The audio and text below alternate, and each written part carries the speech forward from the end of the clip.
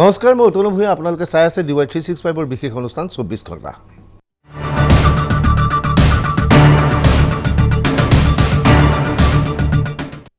আজি 24 ঘণ্টাত অলপ কিছু পৃথক ধৰণে আলোচনা কৰিম আজি বিষয়বস্তুৰ ওপৰত বিশ্লেষণ কৰাৰ পৰিৱৰ্তে আমি ষ্টুডিঅলৈ আমন্ত্ৰণ জনাই আছো ৰাজ্যৰ স্বাস্থ্যমন্ত্ৰী হিমন্ত বিশ্ব শৰ্মা ষ্টুডিঅত হিমন্ত বিশ্ব শৰ্মা লাইভ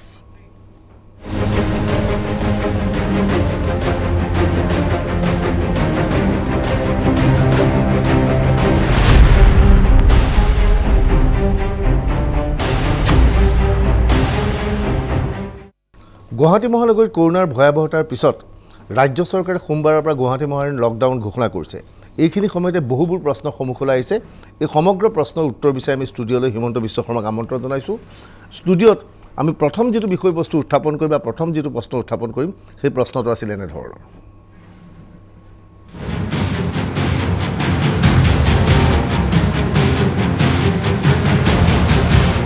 গুৱাহাটীত গণসংক্ৰমণ প্ৰতিৰোধৰ একমাত্ৰ বিকল্প লকডাউন নেকি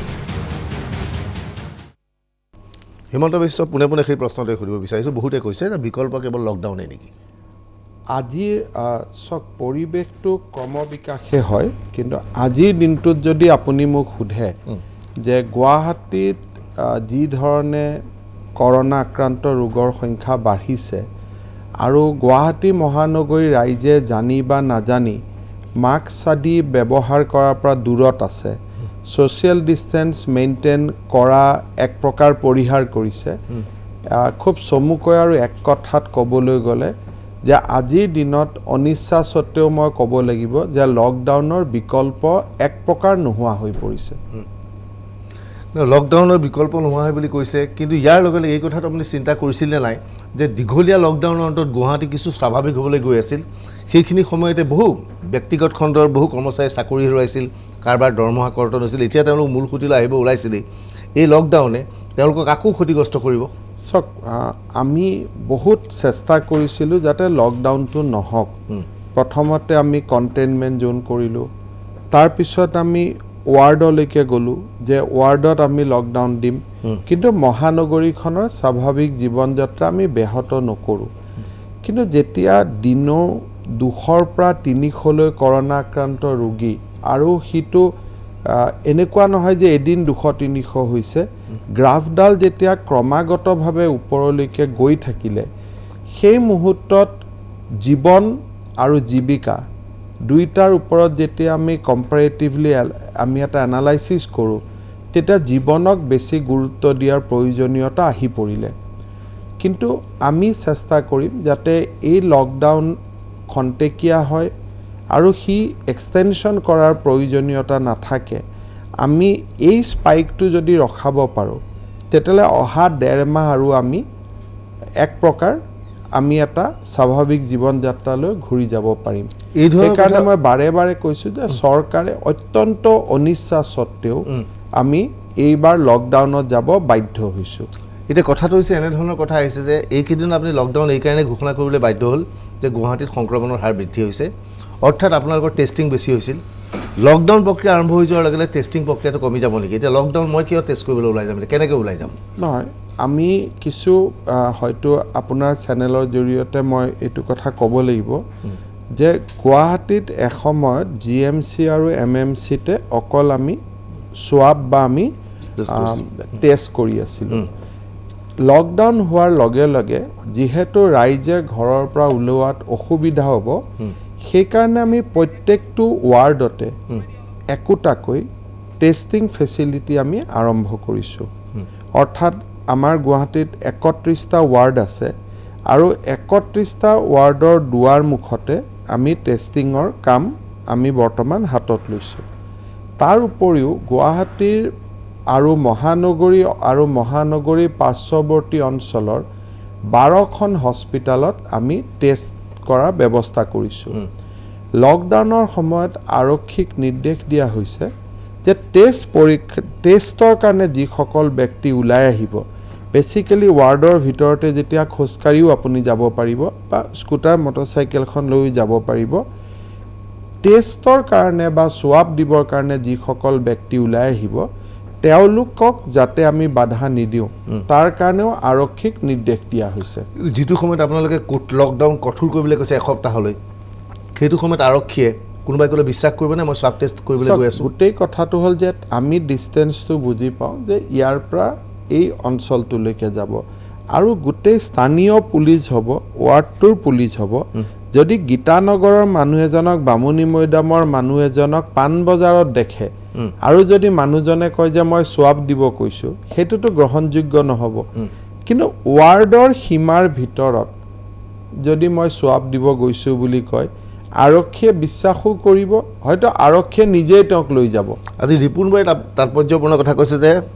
হিমন্ত বিশ্ব শৰ্মাই তুগলকি নীতি হাতত লৈছে কাৰো লগত আলোচনা কৰা নাই নিজাববীয়াকৈ লৈছে 1 নম্বৰ 2 নম্বৰ আমি নিজে প্ৰত্যক্ষ কৰিছোঁ হঠাৎ লকডাউন ঘোষণা কৰি দিয়াৰ লগে লগে অভাৱনীয় হাৰত মহানগৰীত খোৱা বস্তুৰ দাম হৈছে গাজৰৰ কেজি 200 টকা পৰ্যন্ত হৈছে আলু নাইকিয়া পিঁয়াজ নাইকিয়া পৰিৱেশ সৃষ্টি হৈছে দুই ধৰণে সমালোচনা হয় যেতিয়া প্ৰধানমন্ত্ৰী ডাঙৰীয়াই লকডাউন দিলে আজি নিশা 12 বজাৰ পৰা লকডাউন হ'ব তেতিয়াও একাংশ মানুহে কৈছিল অলপ সময় দিব লাগে আজি আমি ৰবিবাৰৰ ৰাতি 12 বজালৈকে সময় দি আমি দুদিন আগতে লকডাউন ঘোষণা কৰিছোঁ কিছু ব্যৱসায়ী থাকে যে যোনে এই ধৰণে মানুহৰ দুৰ্বলতাৰ সুযোগ সুবিধা ল'ব খোজে আৰু মই ভাবোঁ যে এই ক্ষেত্ৰত আমি সেইসকল ব্যৱসায়ীৰ ওচৰতো আমাৰ অনুৰোধ হ'ব বা আহ্বান থাকিব যে আপোনালোকে এই ধৰণৰ কাম নকৰিব আজি আমি ডিচিকো কৈছোঁ যে আপুনি চাওক যাতে মহানগৰীত এনেকুৱা ধৰণৰ ঘটনা নহয়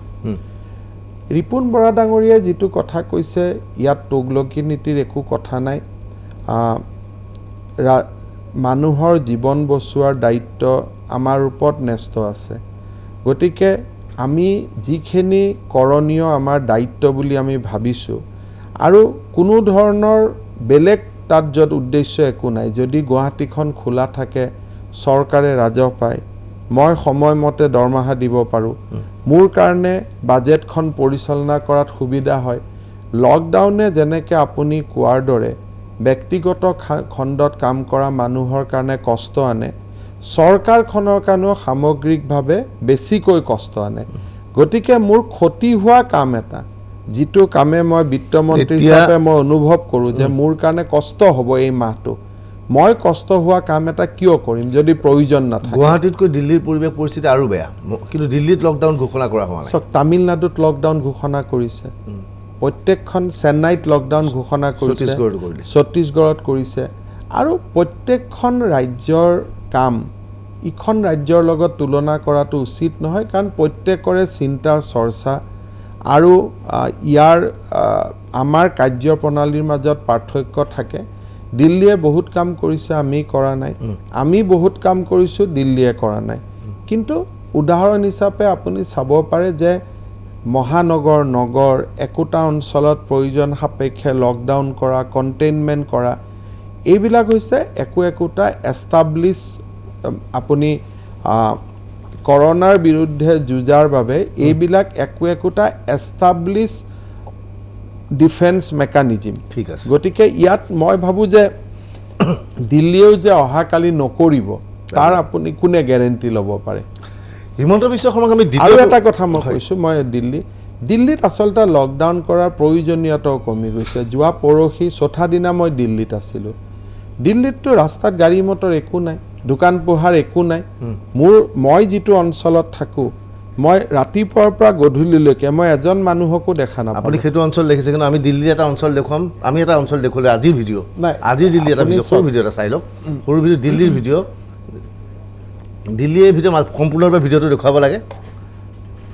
এইটো দিল্লীৰ ভিডিঅ' দিল্লীৰ শাক পাচলি উখলাৰ শাক পাচলি বজাৰ তাৰ বজাৰত সমানেই ভিৰ একেই ভিৰ দেখা গৈছে দিল্লী মই ক'লোঁ যে ইয়াতো কোনো ধৰণৰ সামাজিক দূৰত্ব নাই আপুনি যদি আজি এই মুহূৰ্তত এখন বসন্ত কুঞ্জৰ ফটো আনি দিয়ে এই মুহূৰ্তত যদি আপুনি নতুন দিল্লীৰ আন এটা অঞ্চল আনি দিয়ে প্ৰতিটো আপুনি সবতে যে একে হ'ব তেনেকুৱা কথা নাই কিন্তু আপুনি নতুন দিল্লীৰ মূল চহৰৰ প্ৰাত ভ্ৰমণ কৰিবলৈ ওলাইছে ফুল স্ক্ৰীনত মই দেখুৱাবলৈ কৈছোঁ দেখুওৱা গৈছে একেবাৰে দিল্লীৰ তুলনাত মানুহ একেবাৰে কম এইটো আজি দিল্লীৰ মহানগৰী যি ধৰণে মানুহ থাকে ৰাতিপুৱা মৰ্ণিং ৱাকত এইটো একেবাৰে বাচ্চালৈ দিল্লীত ঘূৰাই আৰু সব প্ৰত্যেকজন মানুহৰে মাস্ক আছে কোনেও কাণত নাকত ওলমাই থোৱা নাই সক এই মানুহজনে মৰ্নিং ৱাক কৰি আছে দুইগৰাকী সবৰে সম্পূৰ্ণ ঢকা আছে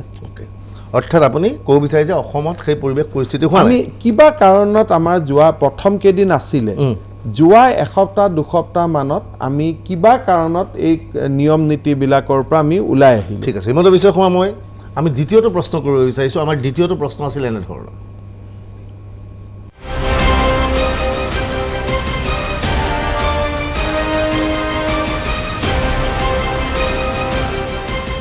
কি পৰিস্থিতিত সৰুবৰ চহৰত শনি দেওবাৰে লকডাউন এই প্ৰসংগত আপুনি কি কয় গুৱাহাটীত ঠিক আছে যথেষ্ট কৰোনা বিয়পিছে চক কৰ্ণাটকৰ দৰে ৰাজ্য সকলোৱে এটা উইকেণ্ড লকডাউন প্ৰেক্টিছ কৰিছে তাৰ কাৰণটো হ'ল যে শনিবাৰ ৰবিবাৰে সাধাৰণতে অফিচ কাছাৰী বন্ধ থাকে মানুহৰ মনত কৰোনাটোৰ পৰা যাতে মানুহ আঁতৰি নাযায় আৰু শনিবাৰ আৰু ৰবিবাৰে যি ধৰণে ঘৰত বা ক্লাবত বা নিজৰ ঘৰখনতে যি ধৰণে সামাজিকভাৱে মানুহ যে আজি দিন দুটা ছুটি গতিকে আমি ইজনে সিজনক লগ পাওঁ এই যিটো এটা নিয়ম আমাৰ এটা প্ৰচলিত নিয়ম সেইটোৱে কৰোনা বৃদ্ধিত সহায় কৰে উইকডেজত মানুহে সময় নাপায় ৰাতিপুৱা কাম কৰে ৰাতি আহিছে কৰ্ণাটক চৰকাৰেও কৈছে যে উইকলি লকডাউনটোৱে তেওঁলোকক বহুত ফল দিছে ঠিক আছে কিন্তু তাৰ লগতে আৰু এটা ডাঙৰ ঘটনা ঘটিছে যেহেতু আপুনি কৈছে আজি শনি দেওবাৰে লকডাউন আছিল এইবিলাক অঞ্চলত আপুনি কৰিছে গুৱাহাটীত 14 দিনৰ বাবে লকডাউন কৰিছে বিশেষকৈ গুৱাহাটীত কৰোনা ভাইৰাছ যথেষ্ট লোক সংক্ৰমিত হৈছে আজি আমি দেখা পাইছোঁ জালুকবাৰী অঞ্চলত ব্যাপক ভিৰ হৈছে যে গুৱাহাটীৰ পৰা বহু মানুহ গাঁৱলৈ উভতি যাবলৈ চেষ্টা কৰিছে সেইটো নহয় আমাৰ গুৱাহাটী আমিনগাঁৱৰ বুদ্ধ মন্দিৰৰ সন্মুখত ডাঙৰ শিল এটা বাগৰি পৰি ৰাস্তাটো বন্ধ কৰি দিছে সেইটো কাৰণেহে আজি জালুকবাৰী অঞ্চলত ব্যাপক যানজঁট হৈছে আপুনি নাভাবে যে 14 দিনৰ বন্ধ পোৱাৰ লগে লগে নলবাৰী একাংশ ব্যক্তি যদি যায়ো আমাৰ গাঁওবিলাকত আমি গাঁৱত কিয় লকডাউন কৰা নাই গাঁৱৰ ৰাইজে সাংঘাতিক নীতি নিয়ম পালন কৰি আছে আজি যদি কোৱাৰেণ্টাইনৰ পৰা কোনোবা মানুহ গৈছে আন অঞ্চলৰ পৰা মানুহ গৈছে মানুহে গাঁৱৰ ঘৰত কাকো সোমাব দিয়া নাই আপুনি এই মুহূৰ্তত কিবা আহ্বান জনাব যে গুৱাহাটীৰ পৰা যি গৈছে আজি বহুত মানুহ মই এইটোৱে কথা ক'ম যে যিসকল গুৱাহাটীৰ পৰা মানুহ গৈছে তেওঁলোক যাতে ঘৰৰ ভিতৰত সোমাই থাকে কাৰণ গুৱাহাটীৰ পৰা কৰোনা লৈ গাঁৱত দিয়ক এই কথাটো আমি বিচৰা নাই নিশ্চয় গতিকে মই ৰাইজক বিনম্ৰতাৰে সৈতে আহ্বান জনাম যে কোনোবা যদি গুৱাহাটীৰ পৰা গাঁৱলৈ ঘূৰি গৈছে গাঁৱতে তেওঁলোকক আপোনালোকে হোম কোৱাৰেণ্টাইন কৰি দিয়ক 14 দিনৰ বাবে কাৰণ গুৱাহাটীত থাকিলেও তেওঁ ঘৰৰ ভিতৰত থাকিব লাগিলহেঁতেন যেহেতু গুৱাহাটীৰ পৰা তেওঁ ঘৰলৈকে গৈছে মই এইটো নিশ্চয়তা দিব নোৱাৰোঁ যে তেওঁ কৰোনা লৈ যোৱা নাই বুলি গতিকে মোৰ পৰামৰ্শ তেওঁ ঘৰত থাকক নিজৰ ঘৰখনত আবদ্ধ হৈ থাকক ঠিক এতিয়া মই প্ৰথমেই কৈছিলোঁ আজি লকডাউন হঠাৎ দিয়াৰ কাৰণে যথেষ্ট হঠাৎ আপুনি কৈছে 3 দিন সময় দিছোঁ কংগ্ৰেছে কৈছে হঠাৎ দিছে যথেষ্ট সমস্যাৰ সৃষ্টি হৈছে বুলি কৈছে এইখিনি সময়ত এনে কিছুমান মানুহৰ বক্তব্য আহিছে যে কৰোনাত সাধাৰণ মানুহৰ কথা কৈছোঁ মই যিটো সাধাৰণ মানুহৰ আলোচনা চলি আছে অসমত খুব বেছি 9জন বা 10জন মানুহৰ মৃত্যু হৈছে এই সাধাৰণ বেমাৰটোৰ কাৰণে কিয় বন্ধ দিব লাগে আৰু সাধাৰণ বেমাৰ বুলিও এটা অপব্যাখ্যা চলিছে যে চৰকাৰৰ এয়া ষড়যন্ত্ৰ ৰাজনীতিও আছে চৰকাৰে বেমাৰটো ডাঙৰ কৰিছে আমি মিডিয়াই ডাঙৰ কৰিছে যোৱাকালি দিনত 400 মানুহ ভাৰতবৰ্ষত মৃত্যু হৈছে অসমত এই কাৰণে কম মানুহৰ মৃত্যু হৈছে যে আমি প্ৰতিজন মানুহক হস্পিটালত আনিছোঁ আমি প্ৰতিজন মানুহক কোৱাৰেণ্টাইন কৰিছোঁ আমি 4 লাখ মানুহক চেক কৰিছোঁ গতিকে কৰোনা সাধাৰণ বেমাৰ কাৰণে নহয় অসমৰ ডক্টৰ চিকিৎসক চৰকাৰ কৰ্মচাৰীয়ে অসাধাৰণ কাম কৰাৰ কাৰণেহে মৃত্যুৰ সংখ্যা বঢ়া নাই কালিৰ পৰা যদি আমি নকৰোঁ যে নহয় ঠিক আছে এইটো সাধাৰণ বেমাৰ তেতিয়াহ'লে মৃত্যুৰ হাৰ বাঢ়িব তেতিয়া আকৌ আপুনি মোক ক'ব যে আপুনি কিয় নকৰিলে গতিকে মৃত্যুৰ হাৰ কমাটো তাৰ কাৰণে কৰোনাৰ মেৰিট নহয় তাৰ কাৰণে কৰোনা সাধাৰণ বা অসাধাৰণ বেমাৰ সেইটো হোৱা নাই মৃত্যুৰ হাৰ কমাৰ একমাত্ৰ কাৰণ হৈছে যে আমাৰ ডক্টৰ চিকিৎসকসকলে 5,000 ৰোগীক 6,000 ৰোগীক চিকিৎসা দিছে হস্পিটালত আন ৰাজ্যই পৰা নাই তেওঁলোকৰ বেমাৰী ঘৰত পৰি আছে অসমৰ স্বাস্থ্য বিভাগ জিলা প্ৰশাসন বা আন ডিপাৰ্টমেণ্টবিলাকে গৃহ বিভাগ এই গোটেই ডিপাৰ্টমেণ্টবিলাকে অসাধাৰণ কাম কৰাৰ কাৰণেহে আজি 10জনত আমি মৃত্যুৰ হাৰ ৰাখিব পাৰিছোঁ এতিয়া কোৱা হৈছে যে কৰোনাত মৃত্যুৱে সাধাৰণ ডেকা ল'ৰাৰ মৃত্যু নহয় কাৰোবাৰ কিডনি ফেইলৰ কাৰোবাৰ কৰ্কট কৰিব পাৰে মইতো সেই ধৰণৰ এটা কথা সেইকাৰণে মানুহৰ মাজত ধাৰণা হৈছে যে কৰোনা এটা সৰু বেমাৰ দুদিন ভাল হ'ব 4 দিন থাকি যাম ভাল যদি অসমৰ মানুহে কালি সিদ্ধান্ত লয় যে কৰোনা এটা সাধাৰণ বেমাৰ চৰকাৰে একো কৰিব নালাগে আমিতো ভালেই পাওঁ নিশ্চয় গতিকে সেই সিদ্ধান্তটো কোনোবাই আমাক লৈ দিলে আমি তেনেকৈ চলি আমাকো ব্লেম দিয়া হৈছে সংবাদ মাধ্যমকো দিয়া হৈছে আমি বেছি ডাঙৰ বেমাৰ বুলি ক'বলৈ গৈছে আপুনি বেমাৰটো সৰু কৰি দিব পাৰে কিন্তু আপুনি মানুহক ভয় খোৱাটো মানুহক মৃত্যুটো ৰখাব পাৰিব জানো সংবাদ মাধ্যমে প্ৰচাৰ কৰা আৰু নকৰাৰ কাৰণে কৰোনা ডাঙৰ সৰু হৈ থকা নাই কৰোনা ডাঙৰ আৰু সৰু হৈ আছে কাৰণ নিতৌ মানুহে মৃত্যু সংখ্যা বিশ্বত বাঢ়ি গৈ আছে আমেৰিকা যুক্তৰাষ্ট্ৰত 2 লাখ মানুহ মৰিছে য'ত best of the health care facility আছে গতিকে আপুনি ইয়াত বহি কৰোনাক ডাঙৰ আৰু সৰু কৰাৰ গৌৰৱ আমাৰ কাৰো নাই মানুহে আমিতো কৰোনা কি বস্তু বুজিয়ে পোৱা নাছিলোঁ যেতিয়া গম পালোঁ চীনত 5,000 আমেৰিকাত 2 লাখ ভাৰতত 50,000 ভাৰতত 1 লাখ যেতিয়া মানুহৰ মৃত্যুৰ কথা আমি শুনিলোঁ তেতিয়াহে চৰকাৰে আমি কাম কৰা আৰম্ভ কৰিলোঁ গতিকে কৰোনাক আমি টিভিত দেখুৱাই সৰু কৰিব নোৱাৰোঁ টিভিত দেখুৱাই ডাঙৰো কৰিব নোৱাৰোঁ নিশ্চয় হিমন্ত বিশ্ব শৰ্মা মই এটা সৰু বাণিজ্যিক বিৰতি ল'ব লাগিব এইখিনিতে বহুত ধৰণৰ প্ৰশ্ন আছে বহুতে কৈছে কৰোনা এইবাবেই ডাঙৰ নহয় আপুনি সদায় ডেইলি টুইট কৰি আছে আজি ইমানজন ৰোগী ভাল হ'ল আজি ইমানজন ৰোগী ভাল হ'ল সাধাৰণ মানুহে প্ৰশ্ন কৰিছে যে ইমান যদি ৰোগী ভালেই হয় এই প্ৰতিষেধক নথকা অবিহনে তেনেহ'লে এই ৰোগটো কেনেকৈ ডাঙৰ আমি কথা পাতিম ভালকৈ বিশেষ এটা সৰু বাণিজ্যিক বিৰতিৰ পিছত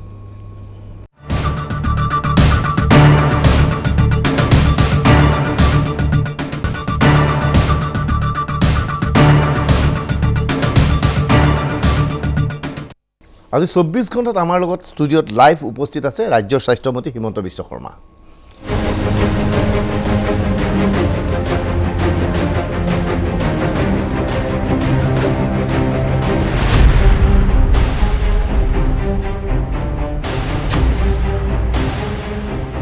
এই প্ৰশ্নটো বাৰে বাৰে হৈছে যে লকডাউনে আচলতে সমাধান নেকি গুৱাহাটী মহানগৰ লকডাউন কৰা হ'ল ৰাজ্যৰ সৰুবৰ চহৰত শনিবাৰ দেওবাৰে লকডাউন ঘোষণা কৰা হ'ল ইয়াৰ লগে লগে বিভিন্নজনে প্ৰশ্ন কৰিছে কৰোনা একো ডাঙৰ বেমাৰ নহয় কেইদিনমান থকাৰ পিছত ভাল হৈ যায় আৰু মৃত্যুৰ সংখ্যাও অসমত মাত্ৰ 10জন বা 11জন গতিকে কৰোনাক লৈ লকডাউন দি চাকৰি বাকৰি হেৰুৱাৰ যুক্তিযুক্ততা ক'ত আছে আমি হিমন্ত বিশ্ব শৰ্মাক এই অনুষ্ঠানৰ চতুৰ্থ প্ৰশ্নটো 3 নম্বৰ প্ৰশ্নটো কৰিব বিচাৰিছোঁ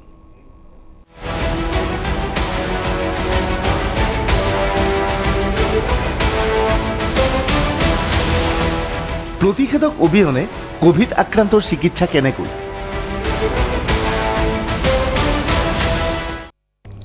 হিমন্ত বিশ্ব শৰ্মা আপুনি দৈনিক কৈছে আজি কিমানজন ৰোগী আৰোগ্য হৈছে সক্ৰিয় ৰোগী কিমান আছে তাক লৈ প্ৰশ্ন হৈছে দৈনিক আপুনি 200 300 400 500 এনেকৈ মানুহ ওলাই আহিছে বুলি কৈছে ভাল হৈছে বুলি কৈছে কিন্তু কেনেকৈ ভাল হৈছে যদিহে কৰোনাৰ কোনো প্ৰতিষেধক নাই মই সহজ অৰ্থত মই সাধাৰণ দৰ্শকে এই কথাটো জানিব বিচাৰিছে কৰোনা বেমাৰটো এনেকুৱা যে এই গোটেই বেমাৰটোৱে এটা সময়ত 2-3 দিন যেতিয়া বেমাৰটো চলি থাকে এটা সময়ত অক্সিজেন শৰীৰৰ পৰিমাণটো কমি যায় বিলো 90 বুলি আমি হিচাপ কৰোঁ আৰু তাৰ পিছত তেওঁৰ ডিটৰিশ্যন আৰম্ভ হয় বেচিক্যালি লাঙত গৈ নিমোনিয়া এটা ক্ৰিয়েট কৰে মানুহৰ ইমিউন ক্ষমতা থাকে যে ডিঙিত প্ৰথমতে কৰোনা ভাইৰাছটো যদি নাকেদি সোমায় সি নাকৰ পৰা ডিঙিৰ অঞ্চলত যায় ডিঙিত সি মাল্টিপ্লিকেশ্যন হয় আৰু ডিঙিৰ পৰা লাহে লাহে সি লাঙলৈকে যায় যদি ডিঙিৰ পৰা লাঙত নগৈ খাদ্যনলী দি পেটত সোমায় তেতিয়াহ'লে পেটত থকা আমাৰ বিভিন্ন ধৰণৰ এচিডে কৰোনাৰ বীজাণুটোক মাৰি পেলায় যদি লাঙত সোমায় তেতিয়াহ'লে লাঙত গৈ সি নিমোনিয়াৰ সৃষ্টি কৰে কৰোনাৰ পৰা সুস্থ হৈ উঠিলেও আপোনাৰ লাঙৰ কিন্তু এটা অংশ জীৱনৰ কাৰণে ক্ষতিগ্ৰস্ত হৈ যায় সেইটো এটা থাকে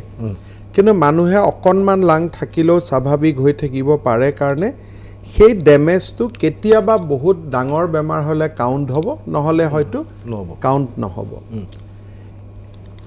বিশ্বত এইটো দেখা গৈছে যে 6ৰ পৰা 7% মানুহ যদি 1000 মানুহৰ বেমাৰ হয় তেতিয়ালে তাৰ ভিতৰত 60 বা 70 জন 6 to 7% মানুহৰ লাং ইমিউনিটিয়ে ডিঙিত থাকোঁতে আমাৰ শৰীৰৰ ভিতৰত যিটো প্ৰতিষেধক ক্ষমতা আছে তেওঁলোকে এই বীজাণুটোক মাৰি পেলায় কিন্তু 6-7% মানুহৰ ক্ষেত্ৰত এই বীজাণুটোৱে জয়লাভ কৰে শৰীৰৰ ভিতৰত থকা আভ্যন্তৰীণ যুদ্ধখনত যদি লাঙত গ'ল তেতিয়ালে অক্সিজেনৰ পৰিমাণ লাহেকৈ কমি যাব আৰু মানুহজন হয়তো মৃত্যুৰ সম্ভাৱনা বাঢ়ি গৈ থাকে 3% মানুহৰ এই ক্ষেত্ৰত মৃত্যু হয় কাৰ মৃত্যু হয় যাৰ শৰীৰত যুঁজাৰ ক্ষমতা কম অসমত যদি আমি আজি ডেটলৈকে যদি কৰোনা ভাইৰাছত আক্ৰান্ত লোকৰ যদি আমি সংখ্যা চাওঁ এই কৰোনা ভাইৰাছত আক্ৰান্ত লোকৰ সংখ্যাত হ'ল বয়সটো যদি আমি ডিষ্ট্ৰিবিউট কৰোঁ বিলো 50 আটাইতকৈ বেছি আৰু বিলো 50 মানুহৰ প্ৰতিষেধক বা আভ্যন্তৰৰ যুঁজখনত যুঁজাৰ সক্ষমতা থাকে আজি আমাৰ কৰোনা কাৰ হৈছে অসমৰ বাহিৰত যোৱা আমাৰ ডেকা ল'ৰাসকলৰ কৰোনা হৈছে ডেকা ল'ৰা কাৰোবাৰ বয়স 22 বছৰ কাৰোবাৰ 24 বছৰ কাৰোবাৰ 35 বছৰ 40 বছৰ তেওঁলোকে কৰোনাৰ ওপৰত যুঁজিব পাৰে কিন্তু প্ৰতিৰোধ ক্ষমতা বেছি কিন্তু এই ল'ৰাবিলাকক যদি আমি কোৱাৰেণ্টাইন নকৰি ঘৰত যাব দিলোহেঁতেন ঘৰত সেই ল'ৰাজনে নিজৰ দেউতাক মাকৰ লগত সাক্ষাৎ হ'লহেঁতেন মুখৰ পৰা ওলোৱা থুই চিটিকনি দেউতাক মাকৰ তাত যোৱাৰ লগে লগে এভাৰেজ ইনফেকশ্যন হোৱা বয়সৰ সংখ্যা 60 বছৰৰ ওপৰত মানুহ আৰম্ভ হ'ব আৰু তেতিয়াই মানুহক অক্সিজেনৰ প্ৰয়োজন হ'ব আন ধৰণৰ ঔষধ আদিৰ প্ৰয়োজন হ'ব যিবিলাক ডেকা ল'ৰাৰ ক্ষেত্ৰত প্ৰয়োজন নহয় এতিয়া ডেকা ল'ৰা এজন সুস্থ কৰোনাত আক্ৰান্ত হৈছে তেওঁক কি ট্ৰিটমেণ্ট কৰে কিন্তু আমি জানো যে প্ৰতিষেধক নাই ডেকা ল'ৰাসকলৰ কাৰণে আমাৰ ইয়াতে বিভিন্ন ধৰণৰ আপোনাক যদি মই লিষ্টখন গাই দিব লাগে তেতিয়া বিভিন্ন ধৰণৰ ইয়াক কয় ৰিপাৰপাজিং তাৰমানে আগতে যি বিভিন্ন বেমাৰৰ কাৰণে ঔষধ ওলাই আছে সেই বেমাৰবিলাকে বিজ্ঞানীসকলে লেবৰেটৰীত পৰীক্ষা কৰাৰ পিছত কোনোবা এটা কেপচুলে 30% কাম কৰে কোনোবাই 20% কাম কৰে কোনোবাই 40% কাম কৰে আৰু শেষত গৈ আপোনাৰ শৰীৰৰ পৰা মই যদি ভাল হোৱা ৰোগী এজনৰ পৰা মই যদি তেজ আনো তেজৰ পৰা যদি প্লাজমাটো সেপাৰেট কৰি লওঁ আৰু আপোনাৰ শৰীৰত যদি মই প্লাজমাটো দি দিওঁ তেতিয়ালে শৰীৰত ইমিউনিটিটো অৰ্থাৎ কৰোনা প্লাজমা থেৰাপি আমি ৰেডি কৰি থৈছো এতিয়ালৈকে হোৱা নাই আমাৰ এতিয়ালৈকে আইসিইউ পৰ্যায়ত এতিয়া কি হৈছে যে মানুহবিলাক যে হৈ আছে সুস্থ হৈ আছে ইয়াতে আপোনাৰ ইয়াত মই কোৱা নাই টেবলেটৰ নাম নকলেও হ'ব মই যদি আগৰ আমাৰ ইয়াত বিভিন্ন ধৰণৰ হয় কি যে প্ৰথম আমি কমনলি এন্টিবায়োটিক্স ব্যৱহাৰ কৰোঁ চিমটমৰ কাৰণে সে আপোনাৰ জ্বৰ উঠি আছে আমি জ্বৰৰ চিমটম ব্যৱহাৰ কৰোঁ আপোনাৰ ডায়েৰিয়া হৈ আছে আমি ডায়েৰিয়াৰ ঔষধ দিব যত্ন কৰোঁ আৰু যদি আপোনাৰ স্পেচিফিক কৰোনা ভাইৰাছ আৰু চিমটমে দুইটাৰ মাজত আমি চেষ্টা কৰোঁতে চিমটমিক ট্ৰিটমেণ্টে যেতিয়া কাম নকৰে তেতিয়া আমি ক্ল'ৰকুইনলৈকে যাওঁ আজি আমি অসমত অৰ্ডাৰ দিছোঁ ৰামডিচিভিৰ বুলি যিটো এটা নতুন ঔষধ আমেৰিকাত আৰম্ভ কৰিছে যে 14 দিনৰ জাগাত প্ৰায় 5 দিন ঔষধটোৰ ডিউৰেশ্যন কমাই দিয়ে বাট ভেৰি কষ্টলি ড্ৰাগছ আজি আমি ৰামডিচিভিৰটো আমি আনিছোঁ এই ধৰণে কেইবাটাও পৰ্যায়ত মাইল্ড চিমটমিক হ'লে এটা বেলেগ ট্ৰিটমেণ্ট কৰা যায় ষ্ট্ৰংলি চিমটমিক হ'লে এটা বেলেগ ট্ৰিটমেণ্ট কৰা যায় আৰু আমি অসমত আজি দিনলৈকে আইসিইউ পৰ্যায়লৈকে আমি ট্ৰিটমেণ্ট কৰিবলগীয়া হৈছে যেনেকৈ আজিও গুৱাহাটী মেডিকেল কলেজত 2জন পেচেণ্ট আইসিইউত আছে কৰোনাৰ পেচেণ্ট এতিয়া কথাটো হৈছে যদি সেইখিনি ট্ৰিটমেণ্টতে তেওঁ হয় দিল্লীৰ দৰে আপোনালোকে ঘৰত কিয় ট্ৰিটমেণ্টৰ ব্যৱস্থা কৰে মোৰ এতিয়া ডাঙৰ প্ৰব্লেমটো মই এই কথাটো আপোনাক বিষয়ে জানিব বিচাৰিছোঁ বহুতে এটা স্বাব টেষ্ট কৰিব যাবলৈ ভয় কৰে যে টেষ্ট কৰিলে কৰোনা হ'ব হ'লে সেই একেলগে প্ৰত্যেকখন সমাজৰ ভেলু ছিষ্টেমটো বেলেগ দিল্লীত আপুনি গৈছে দিল্লীত খুব কম মানুহ হ'ব যোনে দেউতাক মাক ল'ৰা ছোৱালী একেলগে থাকে আপুনি ইয়াৰ পৰা আপোনাৰ ল'ৰা ইঞ্জিনিয়াৰ কৰে তাতে পৰিবাৰক বিয়া কৰাইছে ল'ৰা ছোৱালীৰ লগত থাকে তিনিটা জেনেৰেশ্যন একেলগে থকা মানুহ দিল্লীৰ দৰে চহৰত খুব কম আমাৰ ভয়টো আপুনি নহয় আপোনাক আমি ঘৰত থাকিব দিব পাৰোঁ আপুনি যদি কয় যে মই ঘৰৰ ভিতৰত লগ হৈ থাকিম আপুনি ঘৰত থাকক সমস্যাটো হ'ল যে আপুনি থকাৰ দুদিন পিছতে আপোনাৰ দেউতাৰ কাৰণে যেতিয়া আপুনি আমাক মাতিব যে মোক হস্পিটালত লৈ আহক দেউতাক বচোৱাটো মোৰ কাৰণে অসুবিধা হ'ব সেইকাৰণে এই গোটেই যিখিনি কাম আমি কৰিছোঁ আমাৰ যিসকল ছিনিয়ৰ চিটিজেন আছে তেওঁলোকক যাতে আমি বচাব পাৰোঁ আজি বহুত মানুহে কথা নুবুজাকৈ কৈ দিয়ে যে দিল্লী মোক হোম কোৱাৰেণ্টাইন দিয়ক দিল্লীৰ দৰে দিল্লীত কিমান মানুহ মৰি আছে মানুহে আজি মোক ক'ব লাগে যে আপুনি দিল্লীৰ দৰে নকৰিব দিল্লীত আজি গৃহ মন্ত্ৰালয় সোমাবলগীয়া হৈছে দিল্লীত আজি আৰ্মি সোমাবলগীয়া হৈছে হস্পিটাল কৰিবৰ কাৰণে মানুহে ক'ব লাগে যে আপুনি দিল্লীৰ দৰে নকৰিব আৰু এছাম মানুহে মোক কয় দিল্লীৰ দৰে কৰক 10টা মৰ্টেলিটি থকা ৰাজ্যখনে 1000 মৰ্টেলিটি থকা ৰাজ্যৰ পৰা শিকিব নে তেওঁলোকে আমাৰ পৰা শিকিব মইতো মনীষ চিচোদিয়া মোৰ বন্ধু তেওঁকতো মই কৈছোঁ যে তুমি অসমৰ পৰা শিকি ল'ব লাগিছিলে তুমি এই বিপদত নপৰিলাহেঁতেন প্ৰথমতে তোমালোকে ৱেষ্টাৰ্ণ কাণ্ট্ৰিৰ পৰা শিকিব গ'লা যে ইটালীটো হোম কোৱাৰেণ্টাইন আমেৰিকাটো হোম কোৱাৰেণ্টাইন আমি ইয়াত হোম কোৱাৰেণ্টাইন কৰিম কিন্তু সিনিয়ৰ মানুহক কোনে আজি অৰবিন্দ কেজৰিৱালে কৈছে কাহিনী সেইটো নহয় যে যেতিয়া বিমান সেৱা খুলি দিয়া হ'ল তেতিয়া বিমান সেৱাটো অসমতো খুলি দিলে আমাৰ এটা ইণ্টাৰনেশ্যনেল বিমান সেৱা ইণ্টাৰনেশ্যনেল তেওঁলোকক খুলি দিলে আমাক নেশ্যনেল খুলি দিলে একেজন মানুহ দিল্লীতটো বাসিন্দা নহয় ইণ্টাৰনেশ্যনেল যেতিয়া খুলি দিয়া হৈছিল এতিয়া তেতিয়া পিপিকিটো জন্ম হৈছে কেজৰিৱালৰ কথাটো আপুনি অকণমান আগলৈকে ভাবক না আমেৰিকাত অসমত থকা ভাৰতৰ মানুহবোৰ দিল্লীৰ বাসিন্দা নেকি তেওঁলোক আহি দিল্লী বিমানবন্দৰত নামিলে নেক্সট ফ্লাইটখন লৈ পাঞ্জাৱত গুচি গ'ল নেক্সট ফ্লাইটখন লৈ অসমত গুচি গ'ল সেইটোতো মোৰ ডেঞ্জাৰাছ কাৰণ আমি বেমাৰটো পুৰত হোৱা সময়ত পালোঁ দিল্লীয়েতো প্ৰথম আহিয়ে পালে দিল্লীয়ে যদি লগে লগে কোৱাৰেণ্টাইন কৰি দিলেহেঁতেন আমাকো বচালেহেঁতেন তেওঁলোকো বাচি থাকিলেহেঁতেন অৰবিন্দ কেজৰিৱালে কি কৈছে মই দেখুৱাই ল'ব বিচাৰিছোঁ কেজৰিৱালে আজি বক্তব্যখিনি জানি লোৱাটো ভাল যে অসমৰ লগত ইয়াৰ কিবা সাদৃশ্য আছে নেকি অৰবিন্দ কেজৰিৱালৰ ভাষ্য फ्लाइट्स का इंतजाम किया मार्च के महीने में विदेशों से खासकर उन देशों से जहां पर कोरोना ज्यादा फैला हुआ था 35,000 लोग दिल्ली आए इन लोगों को एयरपोर्ट पे स्क्रीन करते थे देखते थे कि बुखार है क्या कुछ चंद लोग जिनको बुखार था उन्हें RML सफदरजंग में भर्ती कराया और बाकी सबको घर भेज दिया कुछ लोगों को क्वारंटाइन किया था लेकिन अमूमन 35,000 लोगों को घर भेज दिया गया जाहिर है कि ये जितने लोग अपने अपने घर गए उस टाइम और ये सब उन दिनों कोरोना के बारे में जानकारी कम थी गाइडलाइंस कम थी ये सब लोग अपने अपने घर गए और जाहिर है कि एक से दूसरे को दूसरे এখেতেতো মোৰ কথাটোকে কৈ আছে যে 35,000 মানুহ দিল্লীত নামিলে তেওঁ কৈছে ঘৰ যাব দিয়া অনুমতি দিয়া হ'ল কোনে অনুমতি দিলে তেওঁইতো অনুমতি দিলে তেওঁহে মুখ্যমন্ত্ৰী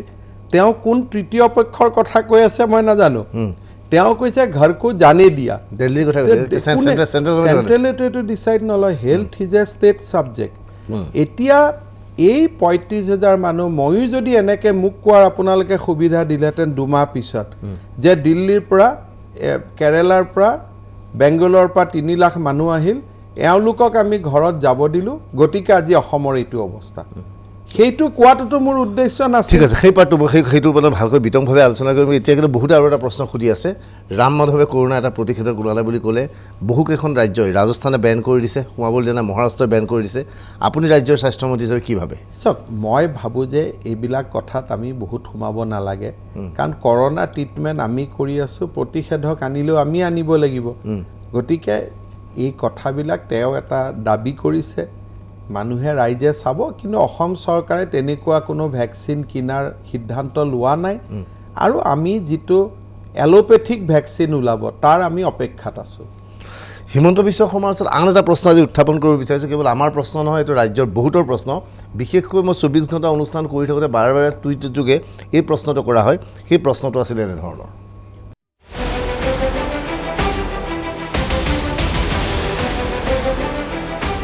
হিমন্ত বিশ্ব শৰ্মাৰ কোৱাৰেণ্টাইনৰ প্ৰয়োজন নাই নেকি এই প্ৰশ্নটো মোৰেই নহয় ৰিপুণ বৰাই বাৰে বাৰে কৰে মানুহে প্ৰশ্ন কৰে যে হিমন্ত বিশ্ব শৰ্মাই এই ইম্ফল গ'ল এই দিল্লী গ'ল ইম্ফল বোধহয় 3বাৰ নে 4বাৰ যোৱা হ'ল দিল্লী গৈ ঘূৰি যোৱা হ'ল অথচ গৌৰৱ গগৈ অহা যোৱাৰ লগে লগে 14 দিনৰ কোৱাৰেণ্টাইন ৰখাই দিয়া হ'ল যিবিলাক মানুহে কোৱাৰেণ্টাইনটোক শাস্তি বুলি ভাবে তেওঁলোকে এই প্ৰশ্নবোৰ কৰে যে অমুকক কোৱাৰেণ্টাইন কৰা নহ'ল কিয় এইটো এটা পাশবিক আনন্দ নহয় যে অমুকক কোৱাৰেণ্টাইন কৰিব লাগে কিন্তু গৌৰৱ গগৈটো কৰি পাশবিক আনন্দ লোৱা হ'ল ডক্টৰসকলে এছেছ কৰে যে এওঁক কোৱাৰেণ্টাইনৰ প্ৰয়োজন আছে নে নাই প্ৰত্যেক ষ্টেটৰ নিজৰ নিজৰ গাইডলাইন আছে মণিপুৰৰ গাইডলাইন আছে যে আপুনি যদি মণিপুৰত যায় ৰিটাৰ্ণ টিকট যদি আপোনাৰ নাথাকে তেতিয়ালে আপুনি টেষ্ট কৰিব লাগিব আৰু টেষ্টৰ ৰিজাল্ট নিদিয়া পৰ্যন্ত আপুনি কোৱাৰেণ্টাইন হ'ব লাগিব এতিয়া গৌৰৱ গগৈ ডাঙৰীয়া যেতিয়া ইম্ফলত গ'ল তেওঁৰ হাতত কোনো ৰিটাৰ্ণ টিকেট নাছিলে ৰিটাৰ্ণ টিকেট সেইদিনা ৰিটাৰ্ণ টিকেট লাগিব সেইদিনা ৰিটাৰ্ণ টিকট তেওঁৰ লগত নাছিলে যিহেতু তেওঁৰ লগত সেইদিনা ৰিটাৰ্ণ টিকট নাছিলে তেওঁক কোৱাৰেণ্টাইন কিবা শাস্তি দিয়া নাই তেওঁক ইম্ফল চৰকাৰে মণিপুৰ চৰকাৰে হোটেল এখনত ৰাখি ক'লে যে গৌৰৱ গগৈ ডাঙৰীয়া আপুনি টেষ্ট দিয়ক টেষ্টৰ ৰিজাল্ট অহাৰ পিছত আপুনি য'তে যাই যাব এইটো বহুত মানুহে কিবা অমুকক কোৱাৰেণ্টাইন নহ'ল কিয় তমুকক কোৱাৰেণ্টাইন কৰা নহ'ল কিয় কোৱাৰেণ্টাইন কাক কৰে যাৰ পৰা কৰোনা বিয়পাৰ আশংকা থাকে হিমন্ত বিশ্বৰ পৰা কৰোনা হিমন্ত বিশ্ব শৰ্মাই কৰবাত যোৱাৰ আগতে ৰাতি কৰোনা টেষ্ট কৰি লয় আৰু সেই ৰাজ্যখনত গৈও প্ৰথম কৰোনা টেষ্ট কৰি লয় মানে বুজি পোৱা আপুনি যেতিয়া ইম্ফলে গৈছিল অৰ্থাৎ ইম্ফল যোৱাৰ আগদিনা ৰাতি 11:30 বজাত গুৱাহাটী মেডিকেলত মই মোৰ কৰোনা টেষ্ট কৰি লৈছোঁ নিগেটিভ টেষ্ট ৰিপৰ্ট হাতত লৈছোঁ হাতত লৈ মই মণিপুৰত গৈছোঁ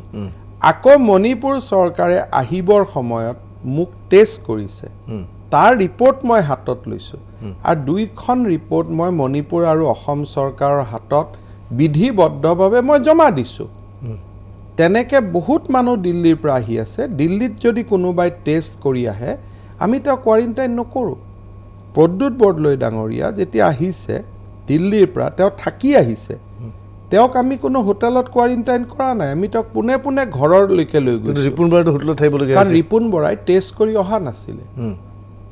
এইটো কিবা তুমি চকলেট কিয় খালা মই চকলেট কিয় খালোঁ এইটো যুঁজৰ কথা নহয় ইয়াৰ কথা যে হিমন্ত বিশ্ব শৰ্মা এখানে হিমন্ত বিশ্ব কি লাভ হ'ব মই কোৱাৰেণ্টাইন হৈ গ'লোঁ মোৰ কাৰণেতো শান্তি মই আজি 4 মাহ শুব পৰা নাই মোক যদি ঘৰত কোনোবাই 14টা দিন শুৱাই দিয়ে তাতকৈ মোৰ কাৰণে আনন্দৰ কথা কি থাকিব পাৰে গতিকে মোক যদি ৰিপুণ বৰা ডাঙৰীয়াই ভাবে যে 14টা দিন তুমি স্বাস্থ্য বিভাগত যি য'ত হ'ব তাৰ কাৰণে তুমি কোনো দায়ী নহয় 14টা দিন মোক ঘৰত শুই থকাত মোৰ কি আপত্তি আছে মোক যদি আপুনি বেমাৰ নোহোৱাকৈ কোৱাৰেণ্টাইন কৰায় কিবা পাশবিক আনন্দ কংগ্ৰেছৰ পাবলগীয়া আছে মোক আজিয়ে শুৱাই দিয়ক না খালি ৰিকুৱেষ্ট হ'ব যে 14টা দিন স্বাস্থ্য বিভাগত হয় মুখ্যমন্ত্ৰী ডাঙৰীয়াই বেলেগ এজন মন্ত্ৰী দিব লাগিব নহ'লে মইতো ৰিমোটত চলাব নোৱাৰোঁ গতিকে এই 14 দিনত পৰিৱেশৰ অৱনতি হ'লে তাৰ নৈতিক দায়িত্বটো কংগ্ৰেছে ল'ব লাগিব আইডাৰ অফ দ্য টু কিন্তু এতিয়া যিকোনো সময়ত যে এজন মানুহ হস্পিটেলত পৰি থাকে পৰি পেলাই তেওঁৰ কোভিডৰ টেষ্ট হওঁতে 4-5 দিন লাগে কিন্তু হিমন্ত বিশ্ব শৰ্মা একেদিনতে গুৱাহাটীত আহি যায় একেদিনাই আমি বহুত পেচেণ্টক আমি একেদিনাই টেষ্ট কৰোঁ ট্ৰুনাটছ বুলি এটা মেচিন থাকে তাতে আপুনি মণিপুৰ চৰকাৰে এটা দাম ঠিক কৰি দিছিল যে এই দামটো যদি কোনোবাই দিয়ে তেতিয়াহ'লে তেওঁক আমি লগে লগে টেষ্ট কৰি দিম আৰু আই এম চিয়'ৰ যে সেই সুবিধা গৌৰৱ গগৈকো মণিপুৰ চৰকাৰে দিছিলে কিন্তু মই কেইটামান টুইটৰ পৰা দেখা পাইছোঁ যে তেওঁলোকে টেষ্ট কৰিবলৈ অমান্তি হৈছিলে মানে মণিপুৰ চৰকাৰে মই পলিটিকেল লিডাৰৰ টুইট দেখিছোঁ কাৰণ মণিপুৰ চৰকাৰে কৰিব বিচাৰিছিল তেওঁ এটা কথা কোন কাক কোৱাৰেণ্টাইন কৰিছে কৰা নাই এই বিতৰ্কত আজি বহি থকাৰ মোৰ সময় নাই ইচ্ছাও নাই কিন্তু গাইডলাইন যি ইছ্যু কৰা হৈছে তাক আমি 100% সন্মান কৰিছোঁ কাৰণে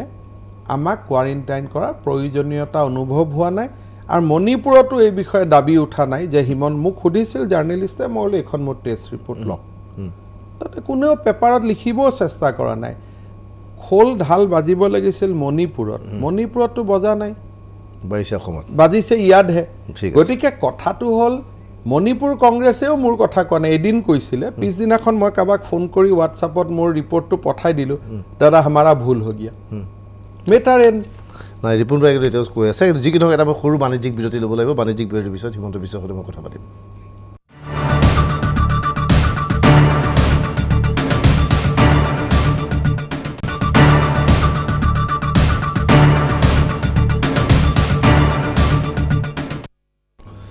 আজি 24 ঘণ্টাত আমি ষ্টুডিঅ'লৈ মাতিছোঁ ৰাজ্যৰ স্বাস্থ্যমন্ত্ৰী হিমন্ত বিশ্ব শৰ্মা এই মুহূৰ্তত ষ্টুডিঅ'ত আছে হিমন্ত বিশ্ব শৰ্মা লাইভ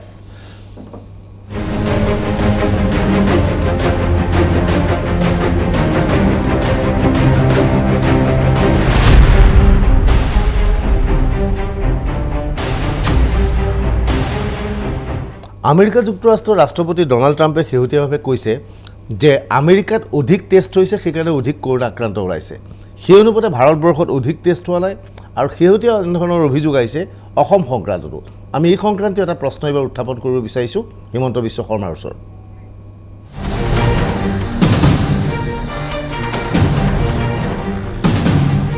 অসমত পৰ্যাপ্ত পৰিমাণৰ পৰীক্ষা হোৱা নাই কিয় হিমন্ত বিশ্ব শৰ্মা ডাঙৰীয়া যে অসমত পৰ্যাপ্ত পৰিমাণৰ টেষ্ট হোৱা নাই নেকি আজি আমাৰ সমগ্ৰ ভাৰতবৰ্ষতে অসমৰ নাম হৈছে টেষ্টৰ কাৰণে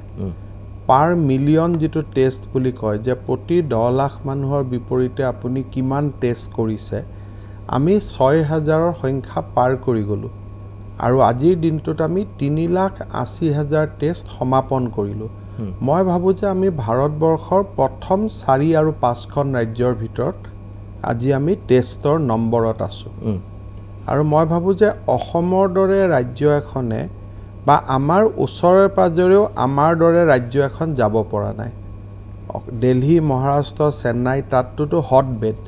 কিন্তু তেওঁলোকক বাদ দিলে পাঞ্জাৱ হাৰিয়ানা যিমান ৰাজ্যৰ আপুনি নাম ক'ব খোজে আজি সকলোৰে ওপৰত অসমত আছে পশ্চিমবংগটোতো আমাৰ ওচৰতে আহিব পৰা নাই আমি অহা দুদিনৰ ভিতৰত আমাৰ টেষ্ট 4 লাখ হৈ যাব গতিকে টেষ্টৰ কাৰণে আজি অসমে সফলতাখিনি পাইছে যে আমি ডেকা ল'ৰাবিলাকে ঘৰত যোৱাৰ আগতে আমি তেওঁলোকক টেষ্ট কৰি পজিটিভ যদি কাৰণে কোৱাৰেণ্টাইনত আনিব পাৰিছোঁ অসমৰ দুটা সফলতা অলপ আগতে কেজৰিৱালক ক'লে 35,000 মানুহক তেওঁলোকে কোৱাৰেণ্টাইন কৰিব নোৱাৰিলে আমি 3 লাখ মানুহক কোৱাৰেণ্টাইন কৰিছোঁ অকল ইনষ্টিটিউচনেল আৰু টেষ্ট দিল্লীত আজি 20,000 টেষ্ট কৰিছে যোৱা পৰহি মই অসমত 18,000 টেষ্ট কৰিছিলোঁ গতিকে টেষ্টৰ ক্ষেত্ৰত অসমৰ এচিভমেণ্ট ভাৰতৰ টপ 5খন ৰাজ্যৰ ভিতৰত আজি আছে কিন্তু আপোনালোকৰ ইয়াত টেষ্ট হৈছে যে বহিৰাজ্যৰ পৰা অহা লোকৰ ওপৰত টেষ্টটো বেছি হৈছে কিন্তু দিল্লীত বহিৰাজ্যৰ পৰা লোকে হোৱা নাই তাত দিল্লীৰ মানুহৰ ওপৰত টেষ্ট দিল্লীখন হট বেড নহয় দিল্লী মুম্বাই আহমেদাবাদ চেন্নাই এই 4টা হ'ল ভাৰতৰ কৰোনাৰ চেণ্টাৰ তাৰ পৰা অহা মানুহকে আপুনি টেষ্ট কৰিব লাগিব আৰু তাৰ পৰা অহা মানুহ যেতিয়া সমাজত মিলি যাব তেতিয়া সমাজৰ টেষ্টটো বাঢ়ি গৈ থাকিব গতিকে আমি প্ৰথম কৰিলোঁ অসমৰ মানুহৰ গাত আমি কাকো পজিটিভ নাপালোঁ এটা দুটা তাৰপিছত দিল্লীৰ পৰা অহা মানুহক কৰিলোঁ চেন্নাইৰ পৰা অহা মানুহক কৰিলোঁ এটা সেইটো পৰ্যায় হ'ল এতিয়া যেতিয়াই থাৰ্ড ৱেভ আৰম্ভ হ'ল এতিয়া আমি সমাজৰ মানুহক বেছি টেষ্ট কৰা আৰম্ভ কৰিছোঁ আজিৰ দিনটোত গুৱাহাটীত আমি 1400 মানুহৰ চেম্পল লৈছোঁ অকল ৰাইজৰ এই দিল্লীৰ পৰা অহা বম্বেৰ পৰা অহা সেই পৰ্যায়টো আমি